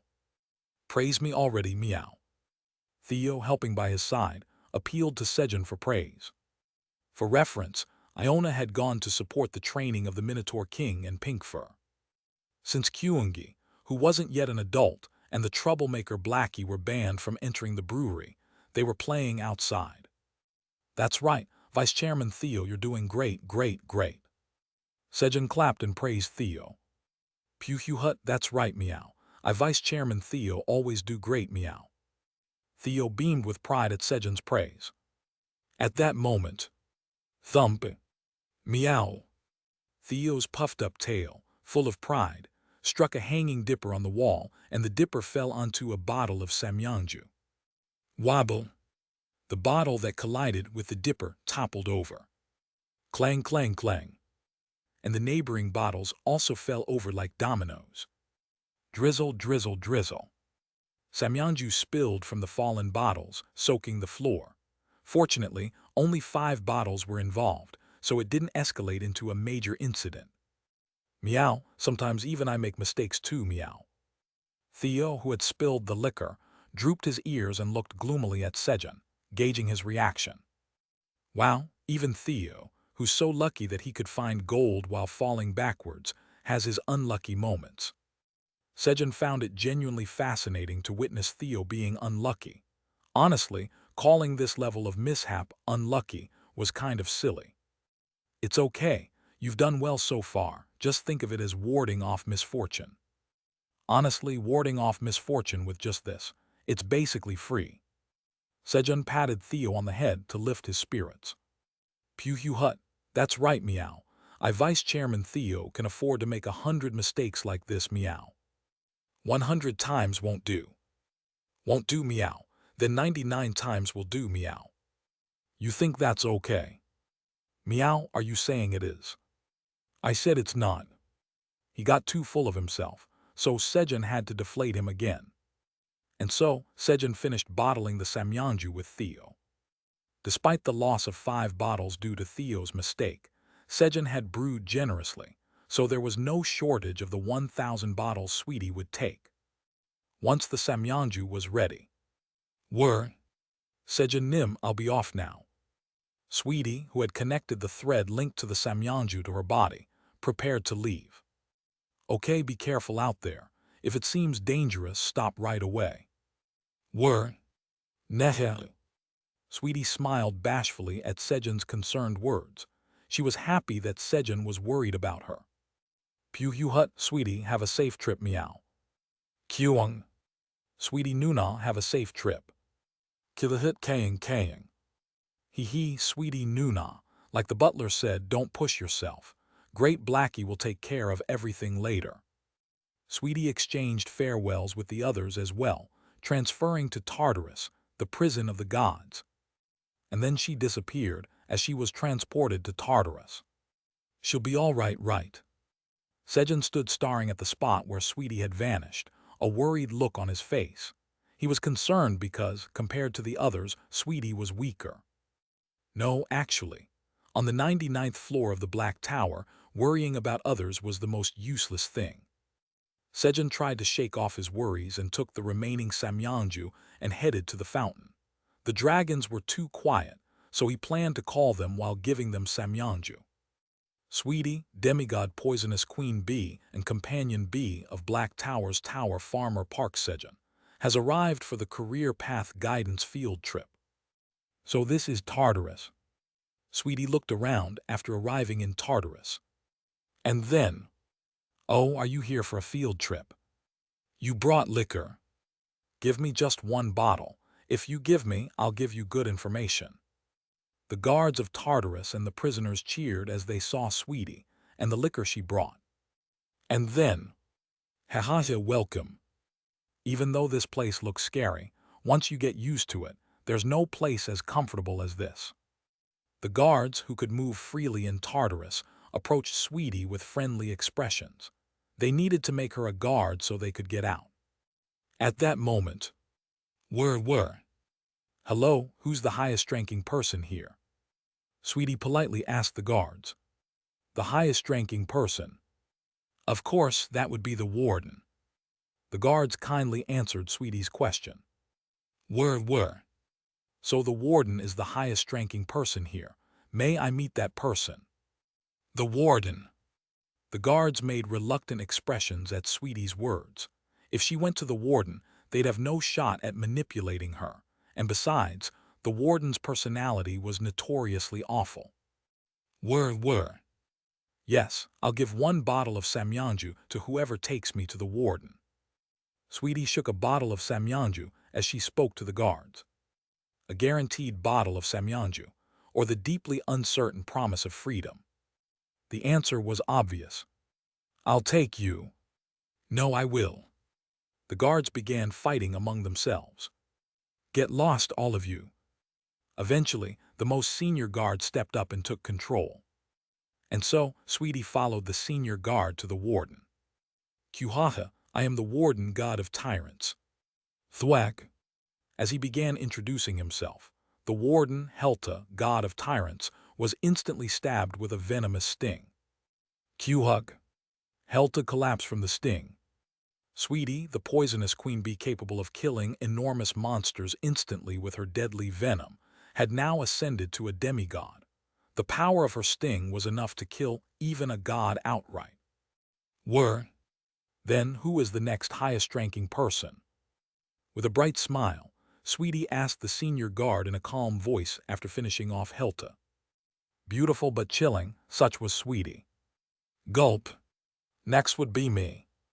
Ganjali, the senior guard and god of sycophants, couldn't bring himself to speak and just swallowed drearily. Were. No one. Then there's no problem if I become the warden, right? Nod.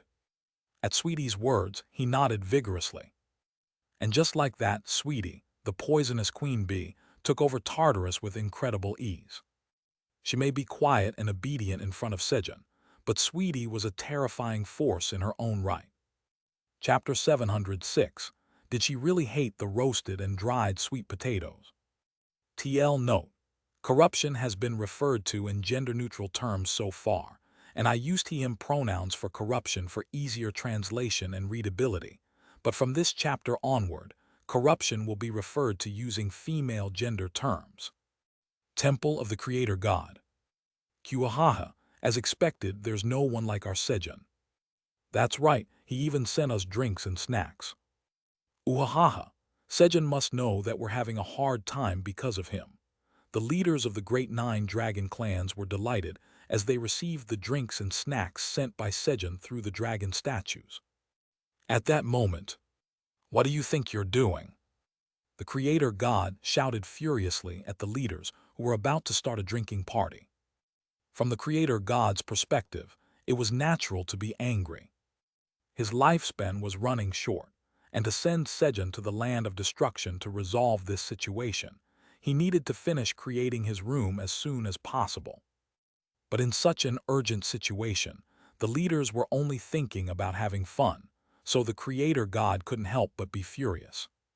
Creator God Nim, it's not that. Kaiser hurriedly stepped forward, trying to explain that the drinks and food were given by Sejun to share with the Creator God. Silence, I am greatly disappointed in you all.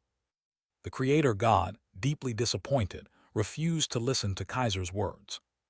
At the Creator God's cold demeanor, the leaders couldn't even open their mouths, and about a minute of suffocating silence passed. Oh, this is the food and drink made by Sejun Nim. Why aren't you eating it? It won't taste as good if it gets cold. No, Sejun Nim's food is always delicious, but it's less tasty when it cools down. Eat quickly. Hurry. Flamey's avatar, Flamey number 205, sat the Creator God, the leaders, Emila and Amur in a circle. It was made by Sejun, you should have said so. The Creator God cleared his throat in embarrassment and raised his glass. I'll pour it for you. Ho ho ho, all right. Kaiser quickly picked up the bottle and poured the drink into the creator god's glass. I was going to do that. Kaiser, you sycophant. The other leaders glared at Kaiser. Meanwhile, gulp, the creator god drank the semyonju. Q. A spontaneous exclamation burst out as he drank. I don't have many days left to live, and only now do I know this taste. His face was filled with both astonishment and regret. At that moment, Creator God Nim, please try this. It tastes better after drinking. Ramter, who had been waiting for the chance, quickly picked up a jian made with slime meat using chopsticks and politely offered it. Ahem. The drink was so clean that I was craving something a bit greasy. The creator god reluctantly accepted the jian and ate it. Chew chew. While chewing the jian, the creator god wore a satisfied smile. We completely understand how you feel. Of course, we know it well. We'd love to recommend other pairings too. The leaders looked at the creator god with pleased smiles and nodded. Of course, only Emila and Amur, who didn't understand those feelings, looked blankly at the creator god's face, waiting to hear him tell them to eat quickly. A short while later. Now fill your glasses. Yes. At the creator god's words, the leaders, Emila and Amur, filled their glasses with samyonju. You drink this. Hee, yes, thank you. The creator god poured a drop of dew into the concave leaf of flamey number 205. And then, to creation.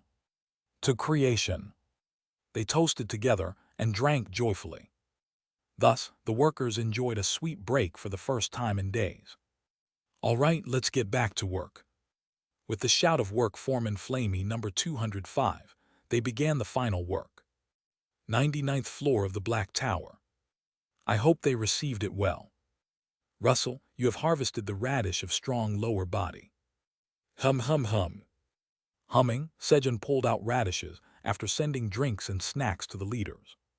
And, meow meow meow. Kaiwat kaiwat kaiwat. Kyuang. Keikyal. The companions followed Sejun's humming in their own rhythm.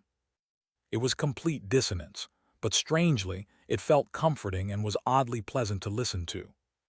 Pip pip. Sleeping Peacebees was making sounds and creating some harmony to a degree. As expected, a pro was different. While Sejun was singing cheerfully with his companions while working. This is the room of Rascal, the god of thieves. Thank you. Sweetie, guided by the warden, arrived at Rascal's cell in the underground prison. Creak. Upon entering the cell. Roommate or a guard? Rascal, wearing an eye patch over his right eye, grinned slyly and asked. Contrary to the name God of Thieves, Rascal had a plump build and taut, glossy skin that made him seem far removed from agility. According to the prison records Sweetie checked before coming here, Rascal had disappeared for a while before being brought to Tartarus, and when he reappeared, he was missing his right eye. Are you Rascal, the god of thieves? Sweetie answered Rascal's question with a question. Judging by your attitude, you must not be a roommate. It's a shame I've been lonely lately. Yes, I am Rascal, the god of thieves. Rascal responded with a wide grin that nearly covered his left eye. Kekek, so you've taken down Helta, the god of tyrants, and become the new warden. Tusk, tusk, tusk. Becoming the warden only makes things harder. What's good about it? Rascal clicked his tongue and spoke to himself in a pitying voice, clearly intending for Sweetie to hear. Rascal's words and actions carried multiple meanings. First, I know everything that goes on here, even though I'm imprisoned. Second, you changed wardens without my permission. Third, therefore, I will not cooperate with you. And, word. There are more good things here than I expected, but even though you're underground, you're well informed. You must have informants. Sweetie, having read Rascal's intent, spoke in a languid voice while watching him closely. She expected a reaction to her words, but Rascal's sunken left eye remained motionless and quiet. He was an opponent skilled in psychological warfare. This won't be easy. Looking at Rascal. Creak. Sweetie left the cell without hesitation. Of course, it didn't mean she had given up. Sweetie was someone who had risen from an ordinary poisonous bee to the apex of bee power, the poisonous queen bee.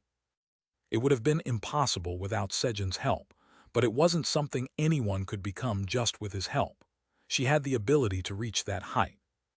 Moreover, she now had the experience gained from ruling over the poisonous bees as their queen. And, first, I'll have to teach him who truly rules this place. Sweetie knew exactly what her top priority was. First, a purge is needed to eliminate Rascal's eyes and ears spread throughout Tartarus, a purge of blood and honey. A sweet storm of blood began to blow through Tartarus. A guest has arrived. Another one. Why are there so many guests today? At the same time, at the resting grounds of the forgotten gods, dead gods continued to arrive, and the gravekeepers grew busy. Please state your name starting from the first one who came. I am Hilta, the god of tyrants. Warden Nim. Of course, there was some confusion. The next morning at dawn. Inside Blackie's mental world. As the Blackie family began their atonement. Gururuk. Corruption appeared. And, thank you for listening to my request. Sejun offered heartfelt thanks to Corruption. Kuhuhu, what are you talking about? I didn't do it for you, I was just doing my own work. Corruption flatly denied Sejun's thanks. But Sejun saw it. The slim, curved shape of Corruption's separated eyes subtly formed a crescent, and the corners of the mouth curled up slightly. And, looking closely, your eyes are actually pretty. You could charm people with just those eyes, and look at those neatly aligned teeth. Definitely a hidden beauty. As Sejun discovered Corruption's hidden charm, his fondness grew. Of course I won't be charmed. I'm already charmed by Aileen, hehe. Sejun grinned foolishly, recalling Aileen's eyes in particular among her facial features. Even without any filters, Aileen had heavenly-level beauty, and with Sejun's rose-tinted memory and love lens correction applied, it was impossible for him to be swayed by any other woman. What's with that grin? Why are you smiling? Watching Sejun like that, Corruption, who had been in a good mood just moments ago, suddenly snapped in anger. It was because Sejun's smile oddly rubbed her the wrong way. It's nothing, more importantly try this. Sejun hurriedly wiped the foolish smile off his face, and offered Corruption a dried slice made from extremely delicious royal honey sweet potato. Of course he couldn't get too close. Though they could talk casually, emotions were always unpredictable. I don't want it. Corruption's refusal. Just in case, Sejun decided to ask 3 times. But still, it's really tasty. I said I don't want it. I'm telling you it's delicious. I said I don't want it. When Sejun kept saying the same thing, Corruption, overwhelmed with fury, shouted out in anger. Of course, as soon as she shouted, Corruption realized her slip, but once the rage surged, it was like an out-of-control locomotive. She couldn't stop. And then, goo-woo. Corruption's energy spread and engulfed the surroundings. Vice Chairman Theo Co. Beam. Got it meow. F whoosh. Sejun and Theo handled Corruption with a combination attack. They weren't able to have a proper conversation with Corruption afterward. She remained furious the whole time. While Sejun and his companions were busy apologizing. HMPH, I wanted to eat it too. Corruption cried out bitterly from the land of destruction. Look at my mouth. Would I look cute eating with this kind of mouth? Would you still like me after seeing that? Eek. Corruption grabbed one of the mental fragments hiding nearby. Crunch, crunch. And looked at her own reflection in the black water. Out of the many mouths she had, she carefully tried eating with the one located just under her jaw, closest to where a normal mouth would be. But every time she chewed, drool dripped down uncontrollably. It was ugly, hideous, disgusting. Corruption couldn't contain her rage at himself. Damn it, why do I look like this? Aorg. Corruption's sorrowful wail dyed the land of destruction red. And then, Splurred.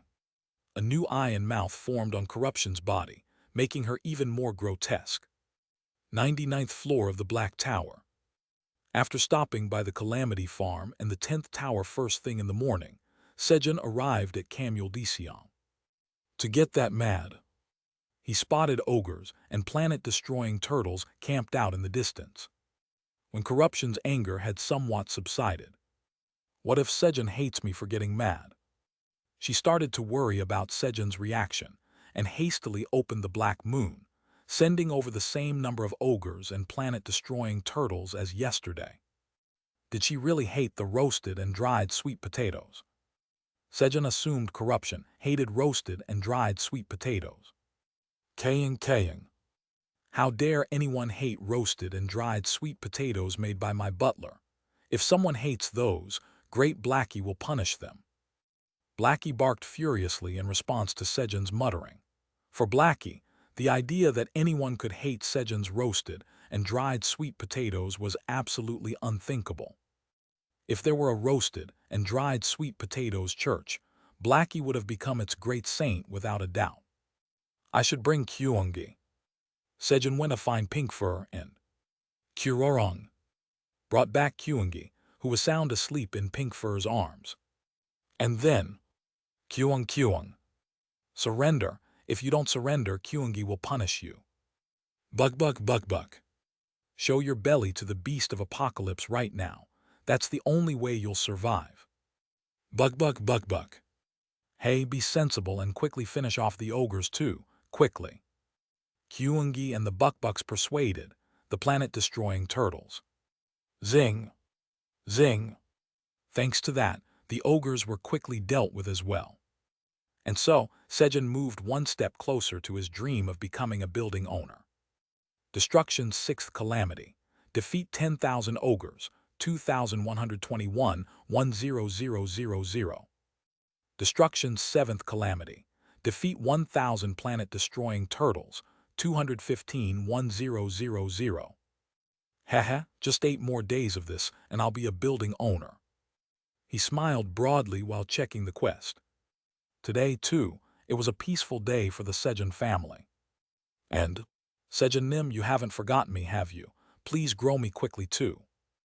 At the elixir field in front of the house, baby Ginseng waited for Sejun alone and pitifully.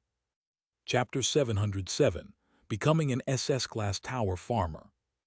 99th floor of the Black Tower. If she doesn't like roasted and dried sweet potatoes, what should I give? What would she like? Thinking about what food to give in return to Corruption, who had sent the ogre and the planet-destroying turtle, Sejun returned to the Black Tower through the dimensional gate. What's wrong with it? In Sejun's eyes appeared baby Ginseng, whose leaves had turned yellow. Are you sick? Pad. Sejun quickly used the skill farmer's warm touch to treat baby Ginseng.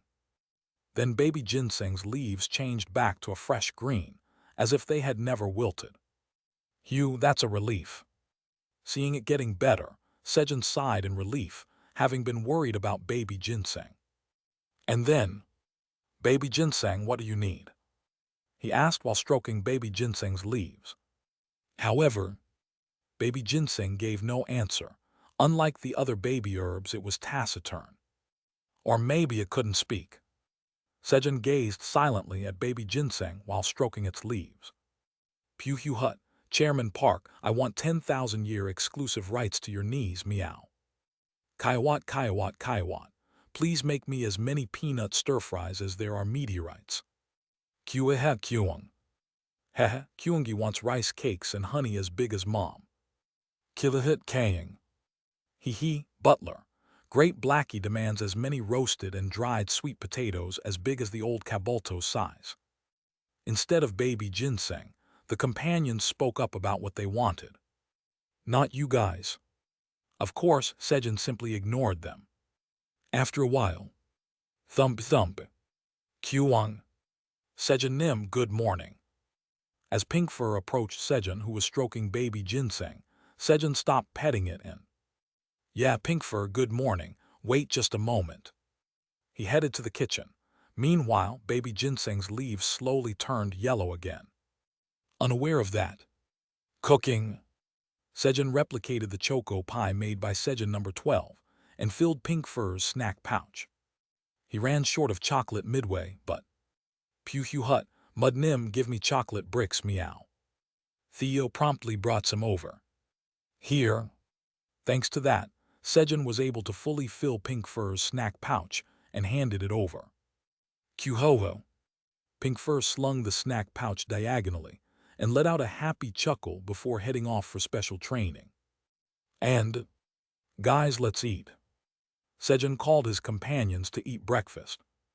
Once the meal ended, Pew Hugh Hut, great hybrid chairman Park, I'll go earn lots of money meow. Kaiwat, I'll head out too. Kueha Kuang. Hehe, Dad Kuangi is going to work too. Okay, be careful. Sejun sent Theo's couple and Kuangi off to work and headed to the farm with Blackie for farming. However, it withered again already. Seeing baby ginseng looking unwell again on his way, Sejun sat in front of it and diligently treated it using the farmer's warm touch skill. Today, I'll make it grow. At the same time, he tried various ways to make baby ginseng grow. Using lots of nutrients, infusing magic power, singing songs, etc. However, none were effective and grewer. Sejun dozed off. Butler is sleeping. Watching Sejun, Blackie lay stretched between Sejun's thighs. Kirorong. And fell asleep quickly. How much time passed like that? Sarawak. From the heads of Sejun and the Blackie family, a shimmering energy began to flow and was absorbed by baby ginseng. And then, Sejun Nim Blackie family, thank you for sharing your dreams.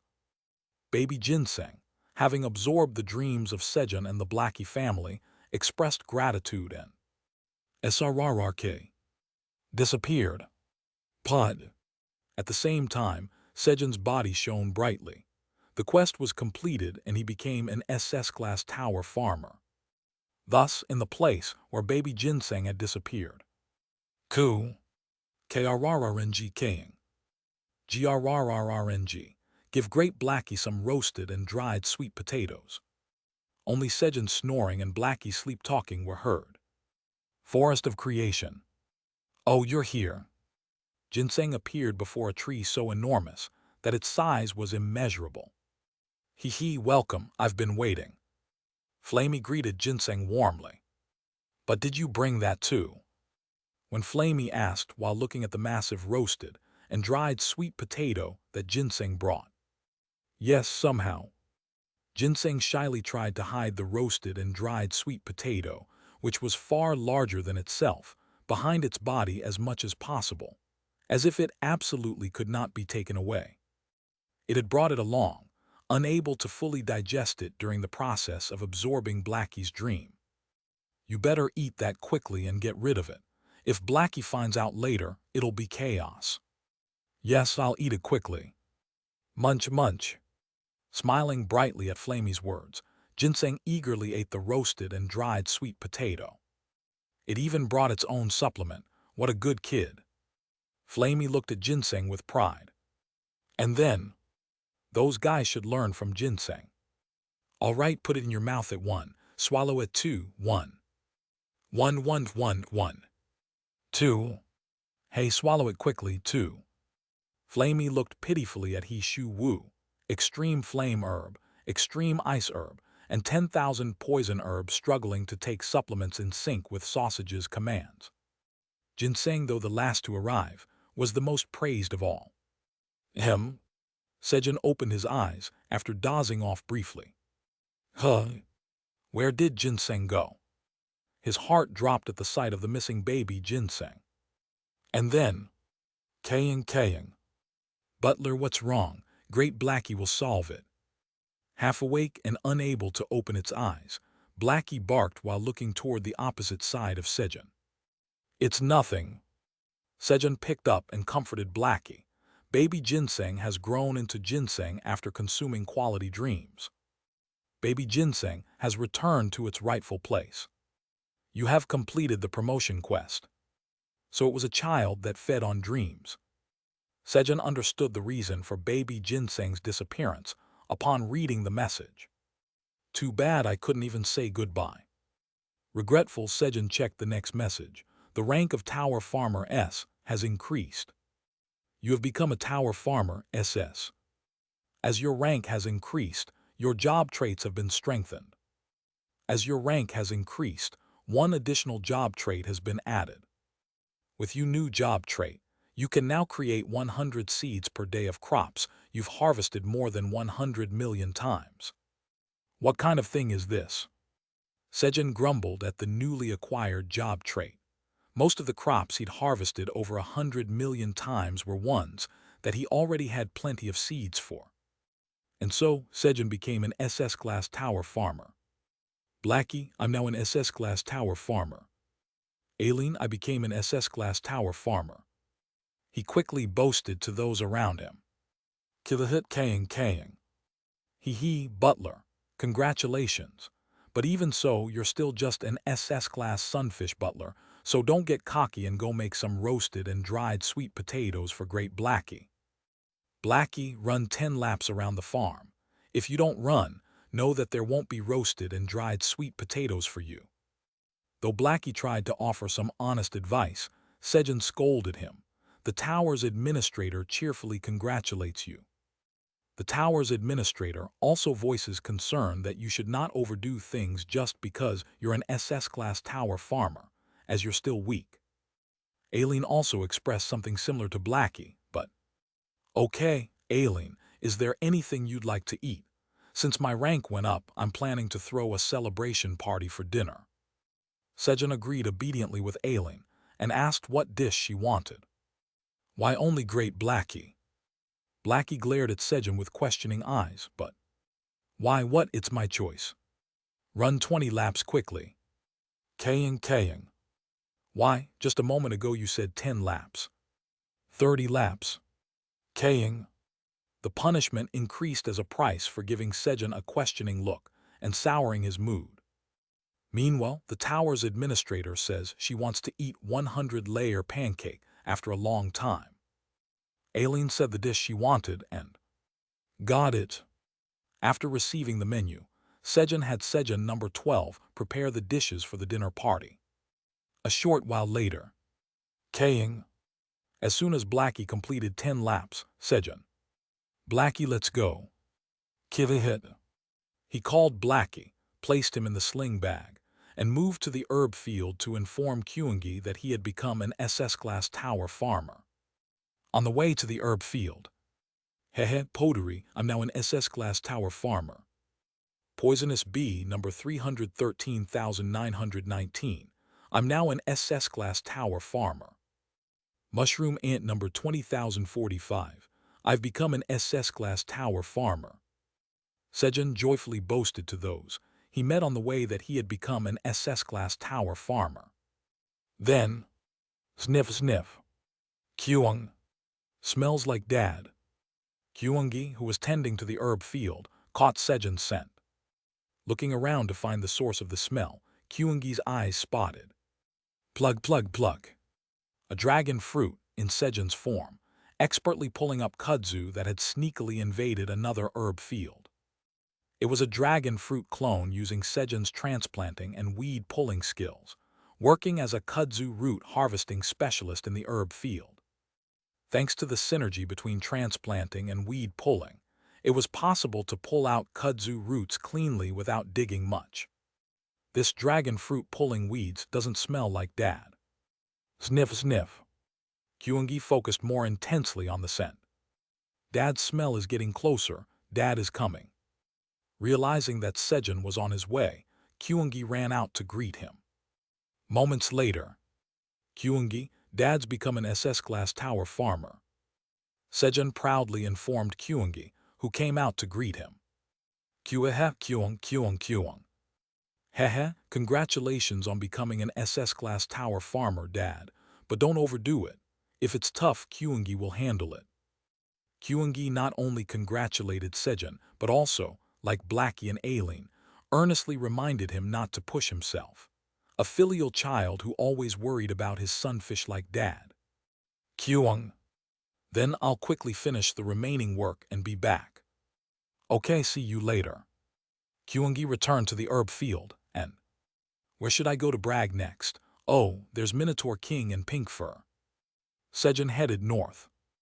After running quickly for about 30 minutes. Kwang. Quagwing. Loud explosions could be heard from afar. Are they sparring? Since it would be dangerous to get close. Blackie bark. Kilahit kaying kaying kaying. Hee Butler got it. Butler and Great Blackie are here. Come out and meet us quickly. Sejun had Blackie bark to announce their arrival. Perhaps hearing Blackie's bark, the explosion soon stopped. Thump thump thump thump. Moo. Sejun Nim welcome. 5 black minotaurs came out to greet Sejun from afar, and he joined them to reach where the Minotaur King and Pink Fur were. Wow, how do you fight to change the ground like this? He was shocked to see the flat land turned into dozens of massive craters and tall mountains. And then, moo, moo, other black minotaurs were seen demolishing mountains to fill in the craters. Are they restoring it to plain again? As expected, the land cultivating skills of the black minotaurs were incredible. Makes me want to put them to use. Watching the black minotaurs, Sejun thought about expanding his fields. It wasn't that he lacked crops, but it felt wasteful not to use such labor power. Normally, one would think to deploy black minotaurs in battle, but Sejun, being an SS-class tower farmer, only thought about farming. Where should I deploy them? Or maybe I should overturn the fields once. As Sejun was contemplating where to utilize the black minotaurs. Moo. Sejun Nim, what brings you here? Kyung. Did something happen? The Minotaur King and Pink Fur approached and asked. No, it's not that. I became an SS-class tower farmer. Sejun boasted. Moo moo. Congratulations, but since you haven't gotten much stronger, please be careful with your body. Kyung. Congratulations, Sejun Nim, but don't overexert yourself just because you reached SS class. The Minotaur King and Pink Fur offered both congratulations and concern. As expected, the farm members who had experienced many of Sejun's sunfish-like moments were more worried that the now SS-class Sejun might recklessly put himself in danger. Meanwhile, why does he only get angry at Great Blackie for saying the same thing? Blackie tilted his head, baffled by the unsolved mystery. Chapter 708, I'm gonna bite the butler's butt. Black Tower, 99th floor. Pew Hut, Chairman Park, I'm back, meow. Kaiwat, me too. When Theo and Iona returned from the 37th floor of the Green Tower. Guys, I became an SS-class tower farmer. Sejun excitedly bragged to the two. Since Sejun didn't have much to boast about, this kind of opportunity was rare. Pew Hut, Chairman Park, congratulations on becoming an SS-class tower farmer, meow. Kaiwat. Congratulations, Sejun Nim. With Theo and Iona's congratulations. Pew Hut, Great Hybrid Chairman Park, you mustn't act recklessly just because you became an SS-rank tower farmer, meow. Always be careful, meow. Kaiwat, that's right. Always be cautious and then extra cautious. After the celebration, like the others, they warned him not to get reckless just because he became an SS-class tower farmer. Thus the companions kept a close eye on Sejun, worried he might cause some trouble. One must watch even extinguished flames again, and even a living sunfish needed to be checked again too. A short while later. Time to prepare food. Sejun entered the kitchen to prepare for the party with Sejun number 12. And, Pew Hut, Chairman Park, I want an ultra-super-giant grilled fish, meow. Kaiwat. Sejun Nim, please roast half regular peanuts and half frozen peanuts for me. Kyung. Hehe, Dad, Kyungi wants rice cakes with kudzu honey. Kilahit kaying. Hee Butler. Great Blackie wants extremely delicious royal honey sweet potatoes. The companions requested the dishes, They wanted to eat from Sejun. Although it was a party to celebrate Sejun becoming an SS-class tower farmer, it ended up being no different from a regular dinner. Once the cooking was done, Aileen here. Sejun first sent Aileen a 100-layer pancake stacked topped with vanilla, chocolate, and strawberry triple-scoop ice cream. And Ajax Ophelia. He also sent food to other tower farmers. Now I'm an SS-class tower farmer, along with the note boasting about it. Then Sejun went up to the fountain with the dishes. I've become an SS-class tower farmer. He sent alcohol and snacks with a note to the temple of the creator god through the dragon statues. Sejun's excessive excitement seemed like something was about to go wrong. This feels bad, meow. Theo, sensing danger, clung tightly to Sejun's knee to prepare for any risks. Well, let's eat too. Fortunately, the celebration party began without any incidents. Pew Hut. As expected, Great Hybrid Chairman Park's grilled fish is the best, meow. Kaiwat. The peanuts are roasted perfectly. Kuehet Kuang. Hehe. As expected, rice cake dipped in kudzu honey from Dad is the tastiest. Kilahit Kaying. Hee extremely tasty. Kuang. Moo. Kwek. Were. The farm members happily enjoyed the food Sejun had prepared. The party that started this way went on late into the night. Pip, Sejun Nim, congratulations. And you absolutely must not go anywhere alone. Always take care of yourself. Sejun also received congratulations and concern from Peacebees. Hehe, yeah, where would I go without you guys?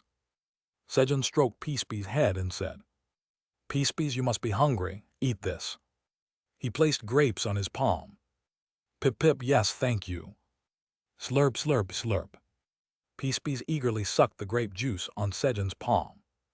And the butler only scolded Great Blackie. Great Blackie is angry. I won't tolerate this anymore.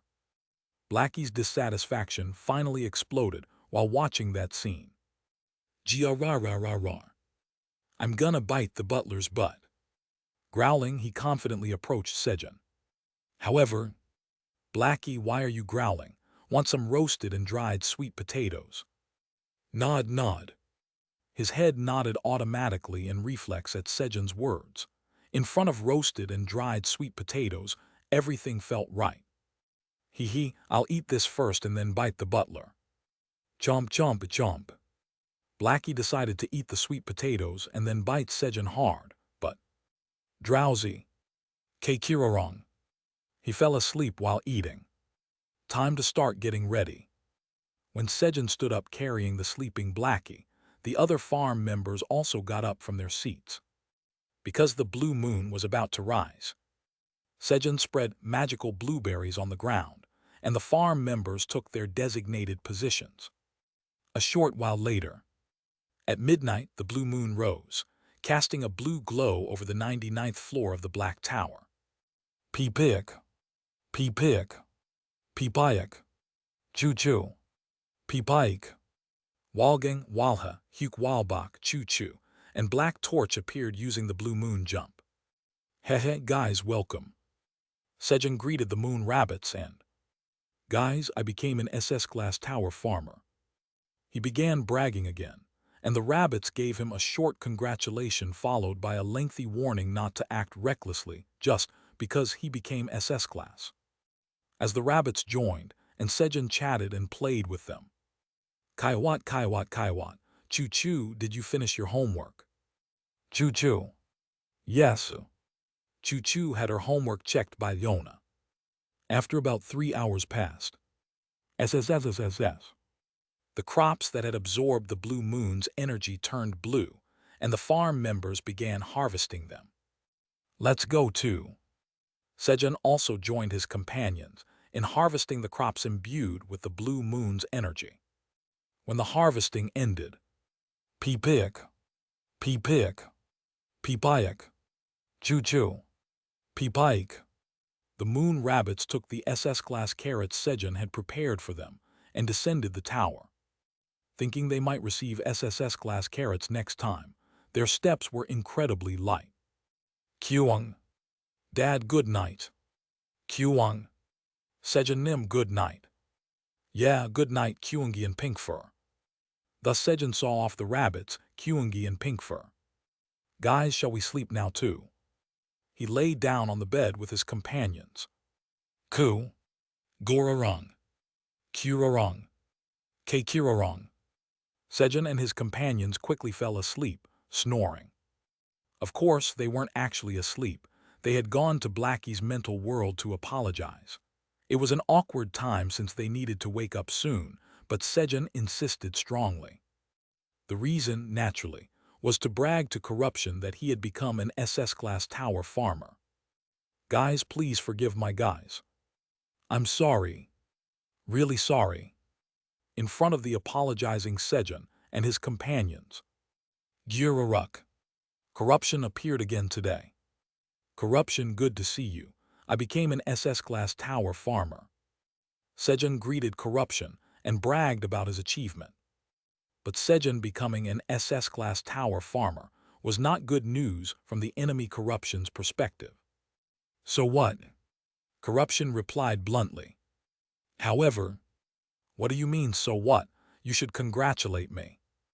Sejun shouted angrily at Corruption's reaction. That's right, Meow. Hurry up and congratulate him, Meow. Great hybrid Chairman Park is petty and he'll sulk if you don't, Meow. Kiawat, Kiawat, Kiawat. Even if you're an enemy, you should congratulate someone when it's deserved. That's good manners. Hee, that's right. If the butler gets sulky, he won't even feed us. Such a narrow-minded sunfish. The companions backed Sejun while simultaneously team-killing him. These little, you think I'm narrow-minded, stingy.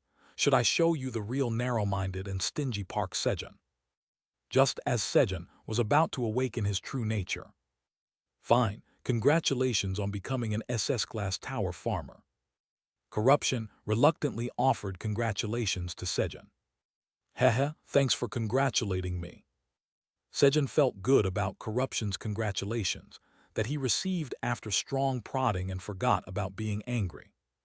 This is food I made today at my celebration party. Try it. I didn't know what you liked, so I brought everything.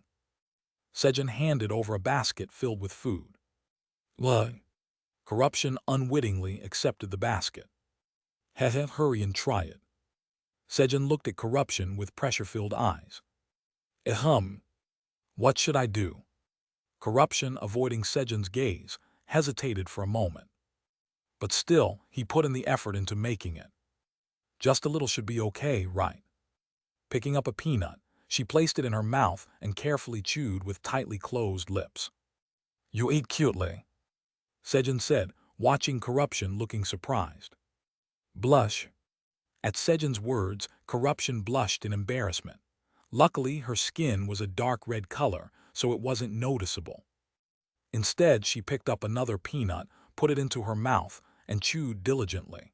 She liked the feeling of Sejun watching her eat. What is this feeling? Corruption was unfamiliar with the tickling sensation in her chest, but didn't resist the strange emotion. It felt good. She wanted to keep feeling it. And then she suddenly realized. This is delicious. The peanuts Sejun gave her were delicious. I want to eat more. Corruption began craving the other foods in the basket. But unfortunately, her current manifestation was too weak to send Sejun's food to the land of destruction where she was. And eating it here? Absolutely not. She wasn't confident she could eat cutely.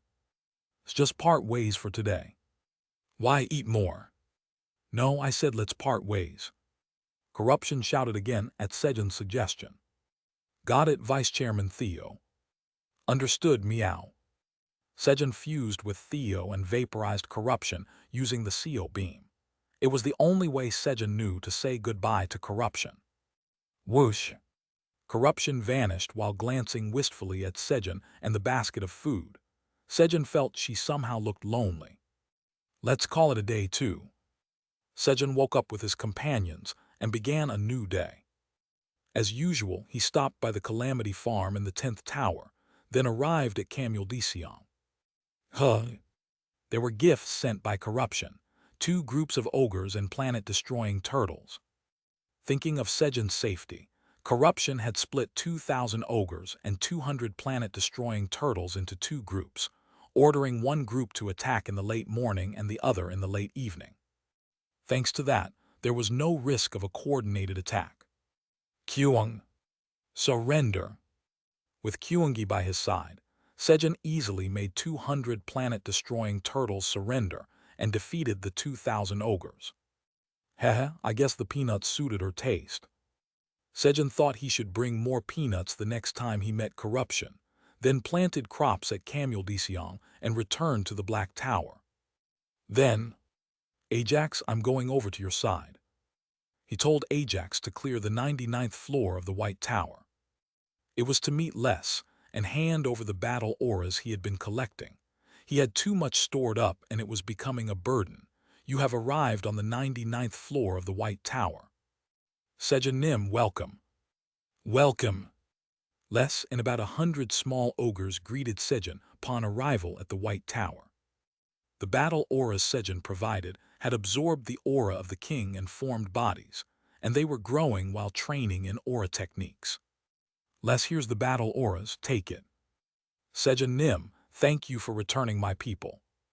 Les thanked Sejun and absorbed the battle auras from his body. So you finally reached the 5th stage of muscle strengthening technique. At the same time, he checked Sejun's physical condition. Then, Sejun Nim, it's time to learn muscle tempering technique. Les was determined to teach the benefactor of the ogres their new battle aura techniques with dedication. Okay, how do you do muscle tempering technique?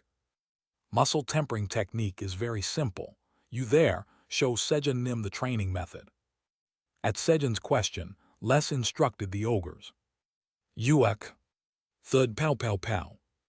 The ogres formed pairs, and one began diligently beating the other. See, you just have to take a beating. It's really easy, right? Les looked to Sejun, seeking agreement. Shake, shake. I'm not learning that.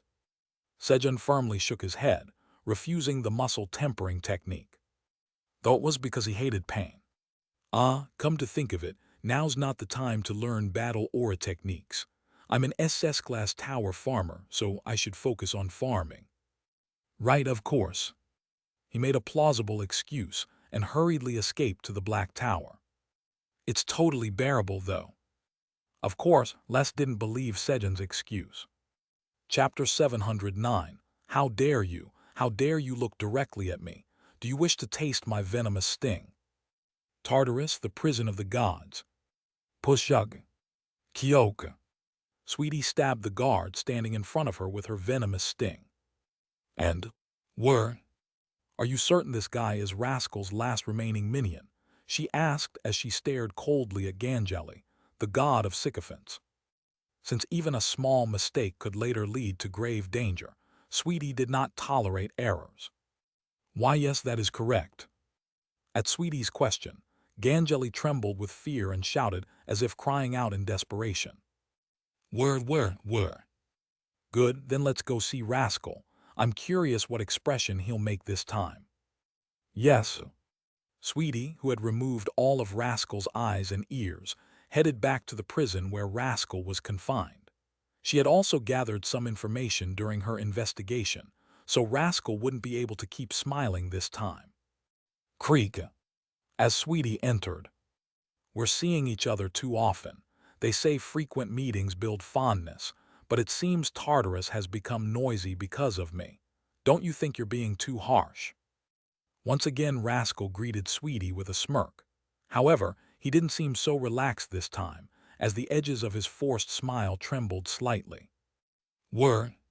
That's a more tolerable expression than last time. Sweetie ignored Rascal's words and replied in a lofty voice, as if to show who held the upper hand. Then, Rascal Nim, I've obtained an interesting piece of information. I heard you were planning an escape. She mentioned something Rascal absolutely did not want revealed. Even at Sweetie's words, Rascal simply grinned silently. How did she find out?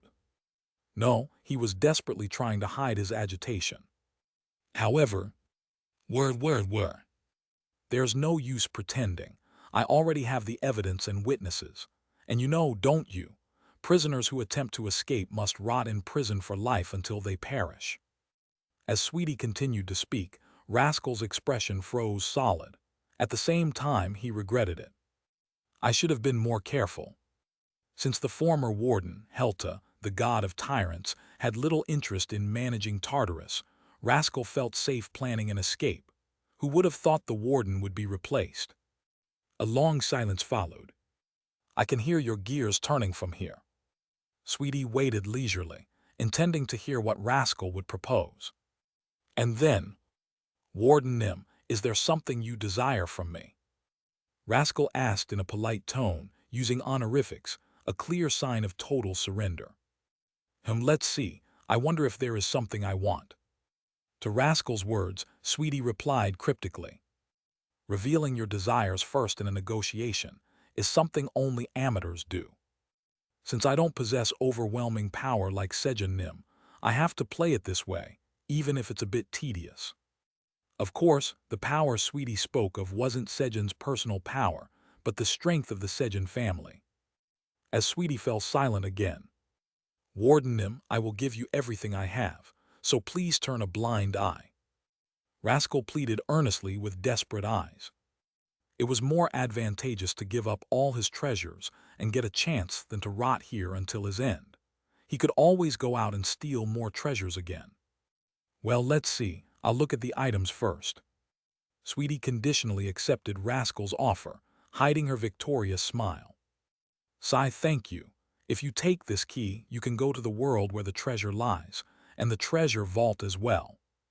Rascal handed one key to Sweetie and spoke the name of the world, where his right eye was located. So that's why he only had one eye before entering Tartarus. He had hidden his right eye to protect the key to the treasure vault. And thus, Sweetie obtained the treasure vault key. Word. Seventh, come to me. Word. Sweetie Nim, did you call for me? Using the power of the poisonous queen bee, she summoned Seventh. Then, word. You will be the warden in my place. Word. Yes. She handed over the warden's position to Seventh. That way, she could return to the Black Tower. The other poisonous bees also developed divinity after consuming Flamey's nutritional supplements, so there was no issue with Seventh receiving Sweetie's position as warden. Word. Manage this place well and secure any helpful information. Word. Yes, leave it to me. And so, after entrusting Tartarus to Seventh, Sweetie left. Word. Witty hit, am I going to rule this place now? Power tastes sweet. Seventh sat arrogantly at the warden's desk, elated. A short while later. Huss, who are you? Ganjali, who had come into the warden's office to report, shouted upon seeing Seventh instead of Sweetie. Word. I am the new warden, Seventh Nim. What? Why are you the warden? I was next in line. Ganjali, the god of sycophants, and Seventh, the sycophant of the poisonous bees, glared at each other. Their personalities clashed. Thus began a power struggle between the two. Word.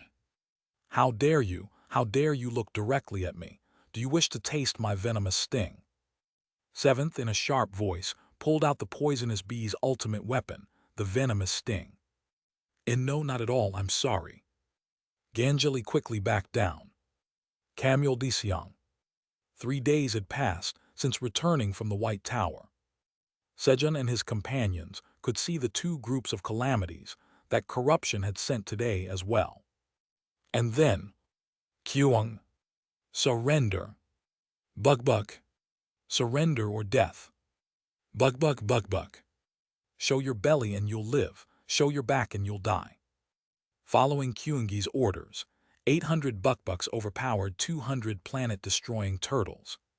Jiving, and defeated 2,000 ogres.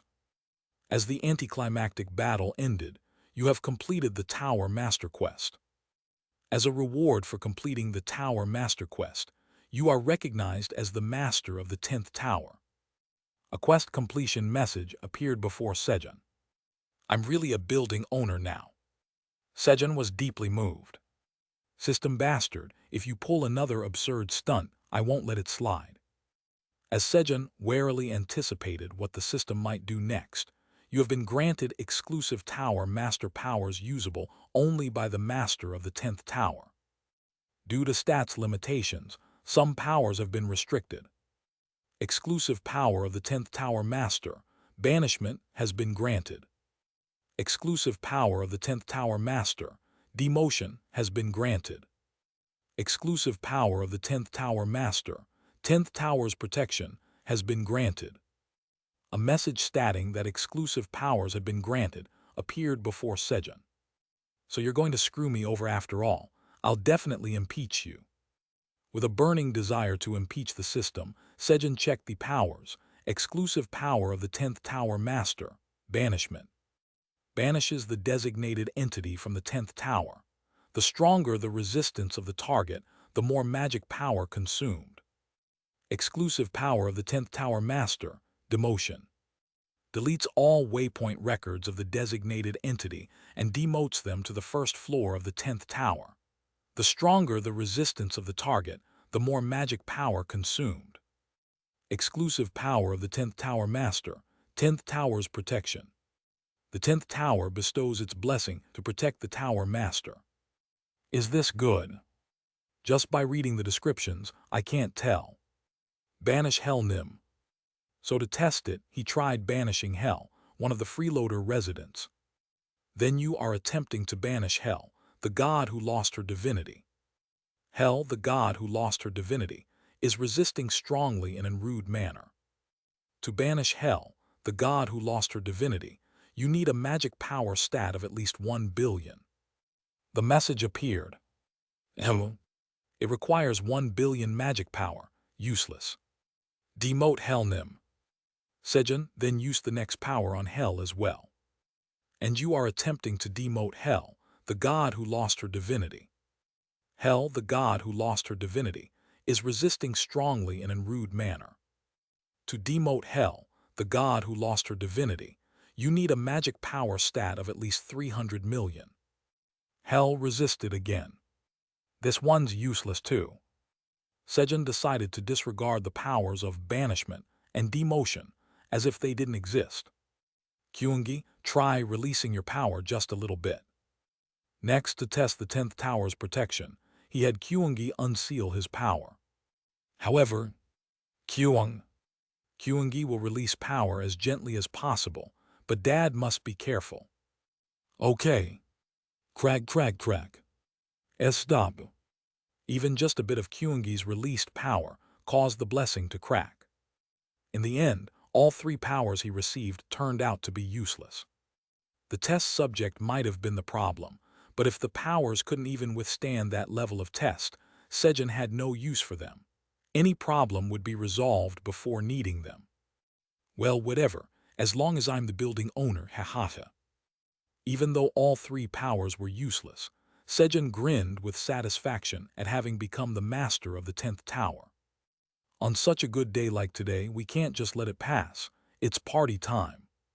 He decided to throw a party. Pew Hut sounds good, meow.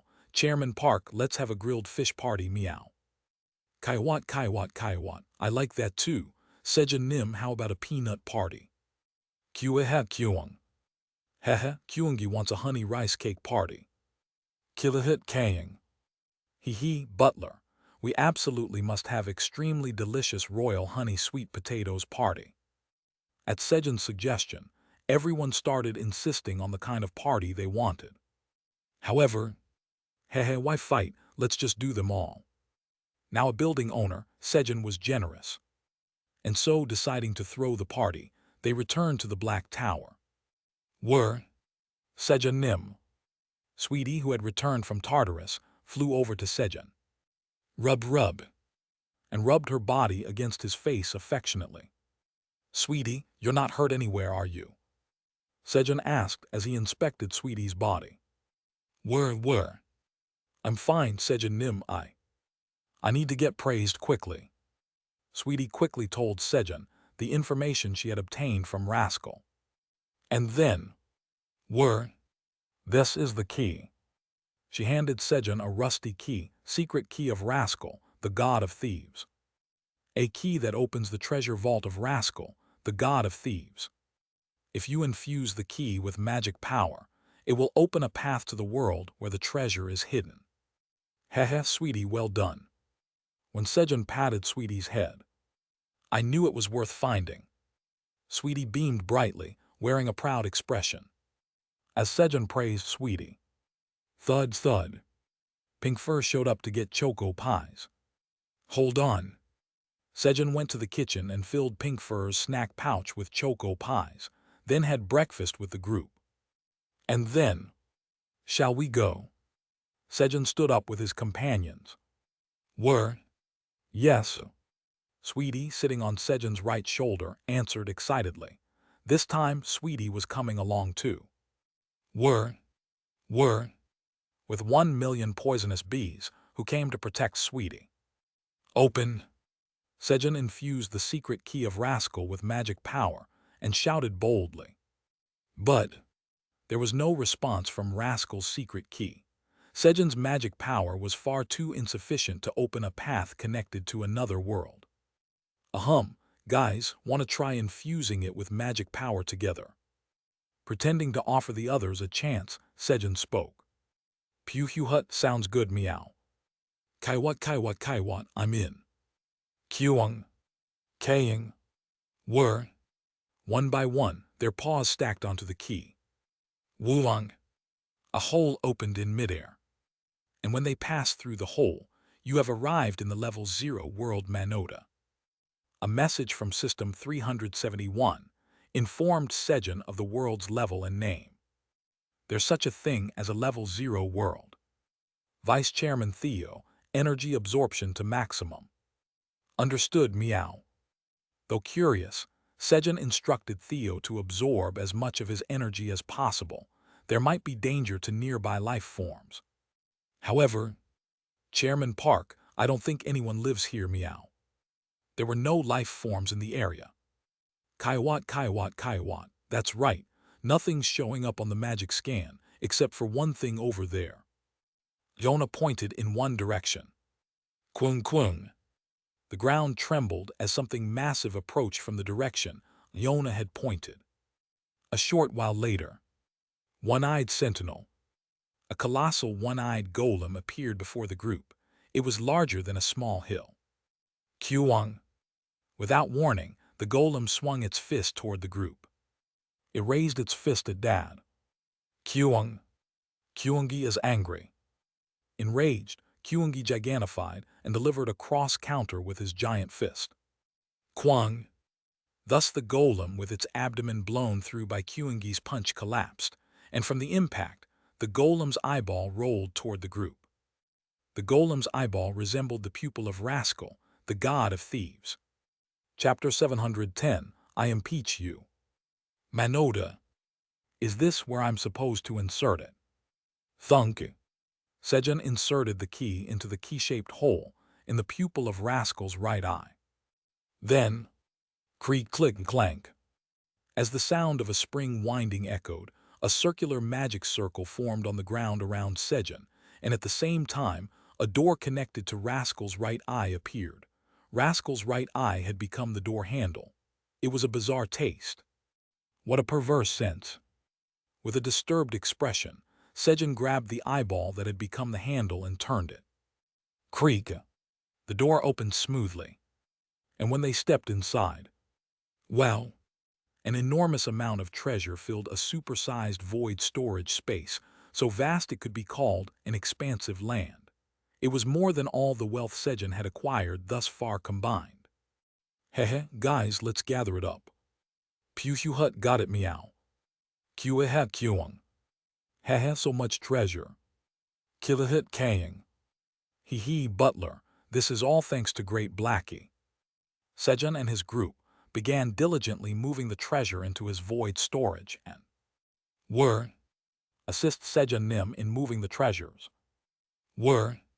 Sweetie, sitting on Sejun's right shoulder, gave instructions to the poisonous bees to move the treasure. While they were moving the treasure, Your Highness, there is something strange over there. One of the poisonous bees approached Sweetie and reported. Where? Something strange, where? I'll see for myself. Sweetie followed the reporting bee. This is. They found a white stone tablet. Sejun Nim is near code number 1. Soon I'll be able to talk with Sejun Nim. System 371 was thrilled with the prospect of speaking with Sejun, completely unaware that what Sejun wanted to do upon obtaining code number 1 was to impeach it. I must not get happy even if Sejun Nim praises me. Right, I'm a humble system after all. In fact, thinking it would be praised by Sejun, System 371 aimed to show humility and win Sejun's favor. From its point of view, it was entirely reasonable. It provided Sejun with as many quest rewards as it could within its capabilities, and even offered information it wasn't originally supposed to disclose. When Earth leveled up, it suppressed the growth of stats and stat potential to ensure Sejun's safety, and updated the Tower Farmer exclusive powers list to Aileen to be helpful to Sejun. Besides that, it had provided various conveniences, including today. Sejun lacked the ability to be eligible for more than one power as the 10th Tower Master, but System 371 went out of its way to help him receive 2 additional ones. With such effort, System 371 never imagined that it might be disliked by Sejun. But just like how no one believes a boy who cried wolf, even when he tells the truth, due to too much prior deception, System 371's goodwill no longer seemed sincere. In short, it was too late. Sejun Nim, I found something good. Sweetie, beaming, flew to Sejun holding the tablet. Kaiwat. Theo Nim, are you really okay? Watching Sweetie, Iona asked Theo in a worried voice. Hut, I'm fine, meow. This time Sweetie worked hard, so it's right to yield the praise, meow. It's disappointing not to get praise from Chairman Park, meow. Theo hid his disappointment and smiled. In fact, Theo had felt a pull in his front paw the moment he entered the treasure vault. But for Sweetie's sake, he didn't follow the pull. Hut, you all search over there, meow. He sent the poisonous bees to the place he felt the pull and made them find the tablet. What a considerate cat. Kaiwat. Theo Nim, you're amazing. Smooch. Iona, smitten with Theo again, kissed him on the cheek. Meow. Why suddenly meow? Theo wore a dazed expression. Then with a sly smile, he placed Iona on his back. Hut, still, I'll impeach the system together with Chairman Park, meow. With his tail raised, he approached Sejun with the stealthy steps of a predator eyeing its prey. What's this? Could it be a system code? When Sejun received and examined the stone tablet that Sweetie brought title, one who glimpsed long into the beginning, has grasped the essence of the tablet. Sejun's eyes turned golden as his title activated, code number 1. This is code number 1, used to access System 371. You must collect codes number 1, 2, and 3 to access System 371. The tablet's information appeared. Finally I've got them all. Sejun confirmed the information. Good job, Sweetie. Pad. After praising and petting Sweetie, Sejun hurriedly gathered codes number 2 and 3 from the void storage. When he held all 3 codes together, you have gathered codes number 1, 2, and 3 required to access System 371. You have completed the quest. As a reward for completing the quest, you are now authorized to issue commands to System 371. A message appeared. At the same time, a voice began to echo inside Sejun's mind. Sejun Nim, can you hear me? Yes, loud and clear, but who is this? I am System 371. So you're the system that's been sending me messages all this time. Yes, I'm the system that has been serving you until now, Sejun Nim. I see. Then I'll issue my first command to System 371. Yes, please give your command. I impeach you. What? System 371. I said I'm impeaching you. Hut, it's impeachment time, meow. No, why? System 371 was distraught at Sejun's thunderous words.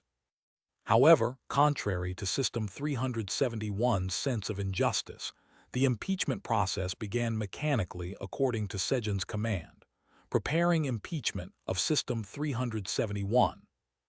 Before proceeding, searching for a replacement system for System 371. Conducting simulation tests among candidate systems. System SJC has achieved the highest score in the simulation test. If System 371 is impeached, System SJC is deemed the most suitable to manage the main system. No. System 371 panicked. Write the temporary impeachment program. In haste, it activated the impeachment program it had created when hell was being impeached. To think I'd end up using this myself. While System 371 lamented. You want me to set the duration of the impeachment? Heh, you unfairly targeted me, so I'll do the same. 1,000 years. Nah, too short. 10,000 years. Sejun pondered the length of System 371's impeachment. At that moment, Sejun, please understand my sincerity. System 371 transmitted to Sejun's mind everything it had done for him. And then, drip. A nosebleed. Why a nosebleed? Thud. Sejun collapsed, bleeding from the nose. It was an information overload. While unconscious, Sejun was forced to watch the data System 371 had sent inside his mental space. So this wasn't unfair targeting. It was just because I was weak. He was being forcibly hit with a painful truth. As Sejun faced this sad reality. Hawk. That system made great hybrid Chairman Park faint, meow. I Vice Chairman Theo will impeach it in his stead, meow. The next batter, Park Theo, carefully wiped the nosebleed from Sejun's face with his front paw, then took the system access device from Sejun's hand. Then, Theo, please understand my sincerity.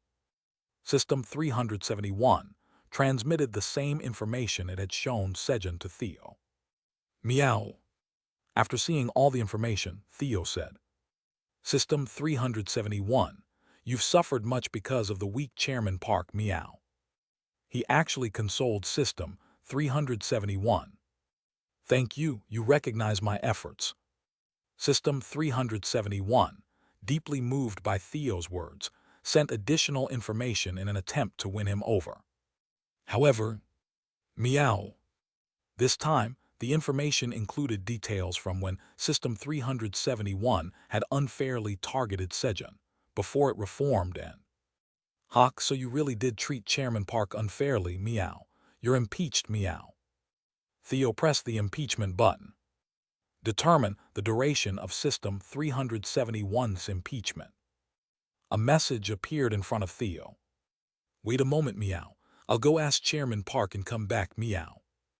As impeachment was a serious matter, Theo entered Sejun's mental space to consult with him. Sejun's mental world.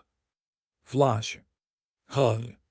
In front of Sejun, who had finished watching all the information the system sent, a golden fireball suddenly appeared. Though it radiated an overwhelming presence with a gentle golden glow, it somehow felt comforting. Swoosh. Sejun naturally approached the flame and touched it with his hand. Then, swirl. The golden fireball was absorbed into Sejun's body. You have absorbed the primordial ember. Title, one who glimpsed long into the beginning, is incinerated by the primordial ember and is reborn as title, one who witnessed the birth of the beginning. Simultaneously, a message appeared before Sejun announcing the rebirth of his title.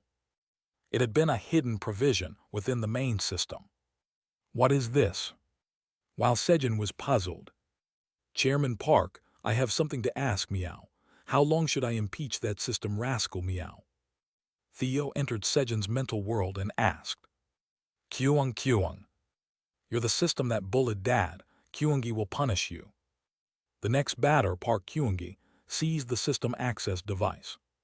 Ruwar. As dark red energy surged from Kyungi's front paw and penetrated the device. Rumble. What? It's breaking. Everything being erased. The power of apocalypse began deleting System 371. It's open. Taking that opportunity, System SJC infiltrated the main system governed by System 371. Sejun Company. J shall C conquer. With its name misunderstood, it declared that Sejun Company would rule everything completely. System SJC began expanding its domain within the main system, dreaming of a tumultuous future where Sejun Company would dominate the world. Kyung, are you going to listen to Dad well from now on, or not?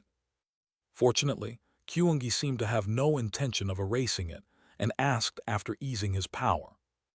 I'll absolutely listen well. Kyung. Good. Only after giving the desired answer did System 371 escape the threat of destruction. Hugh. I'm alive. Just as System 371 breathed a sigh of relief. Tab. The last batter, Park Blackie, placed his front paw on the system access device. Kilahit Kaying. He offer 1,000 extremely delicious royal honey sweet potatoes to Great Blackie, or I'll impeach you. Blackie threatened System 371. Normally, such a petty threat from Blackie wouldn't work at all, but I'll give them to you. Struck with impeachment trauma, System 371 immediately created 1,000 extremely delicious royal honey sweet potatoes and offered them to Blackie. However, Kivahit. Chompatui. Tastes bad. Kaying. Hey, this doesn't taste like the extremely delicious royal honey sweet potatoes my butler makes. Blackie scolded it for not tasting like Sejun's version. However, as expected, the sweet potatoes made by the butler can't be replicated. Blackie felt proud inside. Butler is the best. The ultra-delicious sweet potato snacks were something only Sejun could make. What do you expect me to do? I can't replicate Sejun Nim's taste with the system. System 371 complained in deep frustration. Grrr Kaying. Grrr. Great Blackie is over 30,000 years old. Don't get cheeky. Blackie tried to intimidate System 371 by stating his age. But only 30,000. I'm 100,000 years old. System 371 turned out to be even older than Blackie. Kaying. Actually, Great Blackie is 110,000 years old. Not wanting to lose, Blackie lied without batting an eye. Kaying. And if you add up the ages of Great Blackie's subordinates, it's over 1 million. He even shamelessly added his followers' ages. Where is that allowed? Why are you adding up ages? Kilahit Kaying. What do you mean, where? It's allowed in the heart of Great Blackie. As Blackie and System 371 continued their childish squabble. Meow. Sejun and Theo woke up. Then, the duration of System 371's impeachment is. Sejun opened his mouth.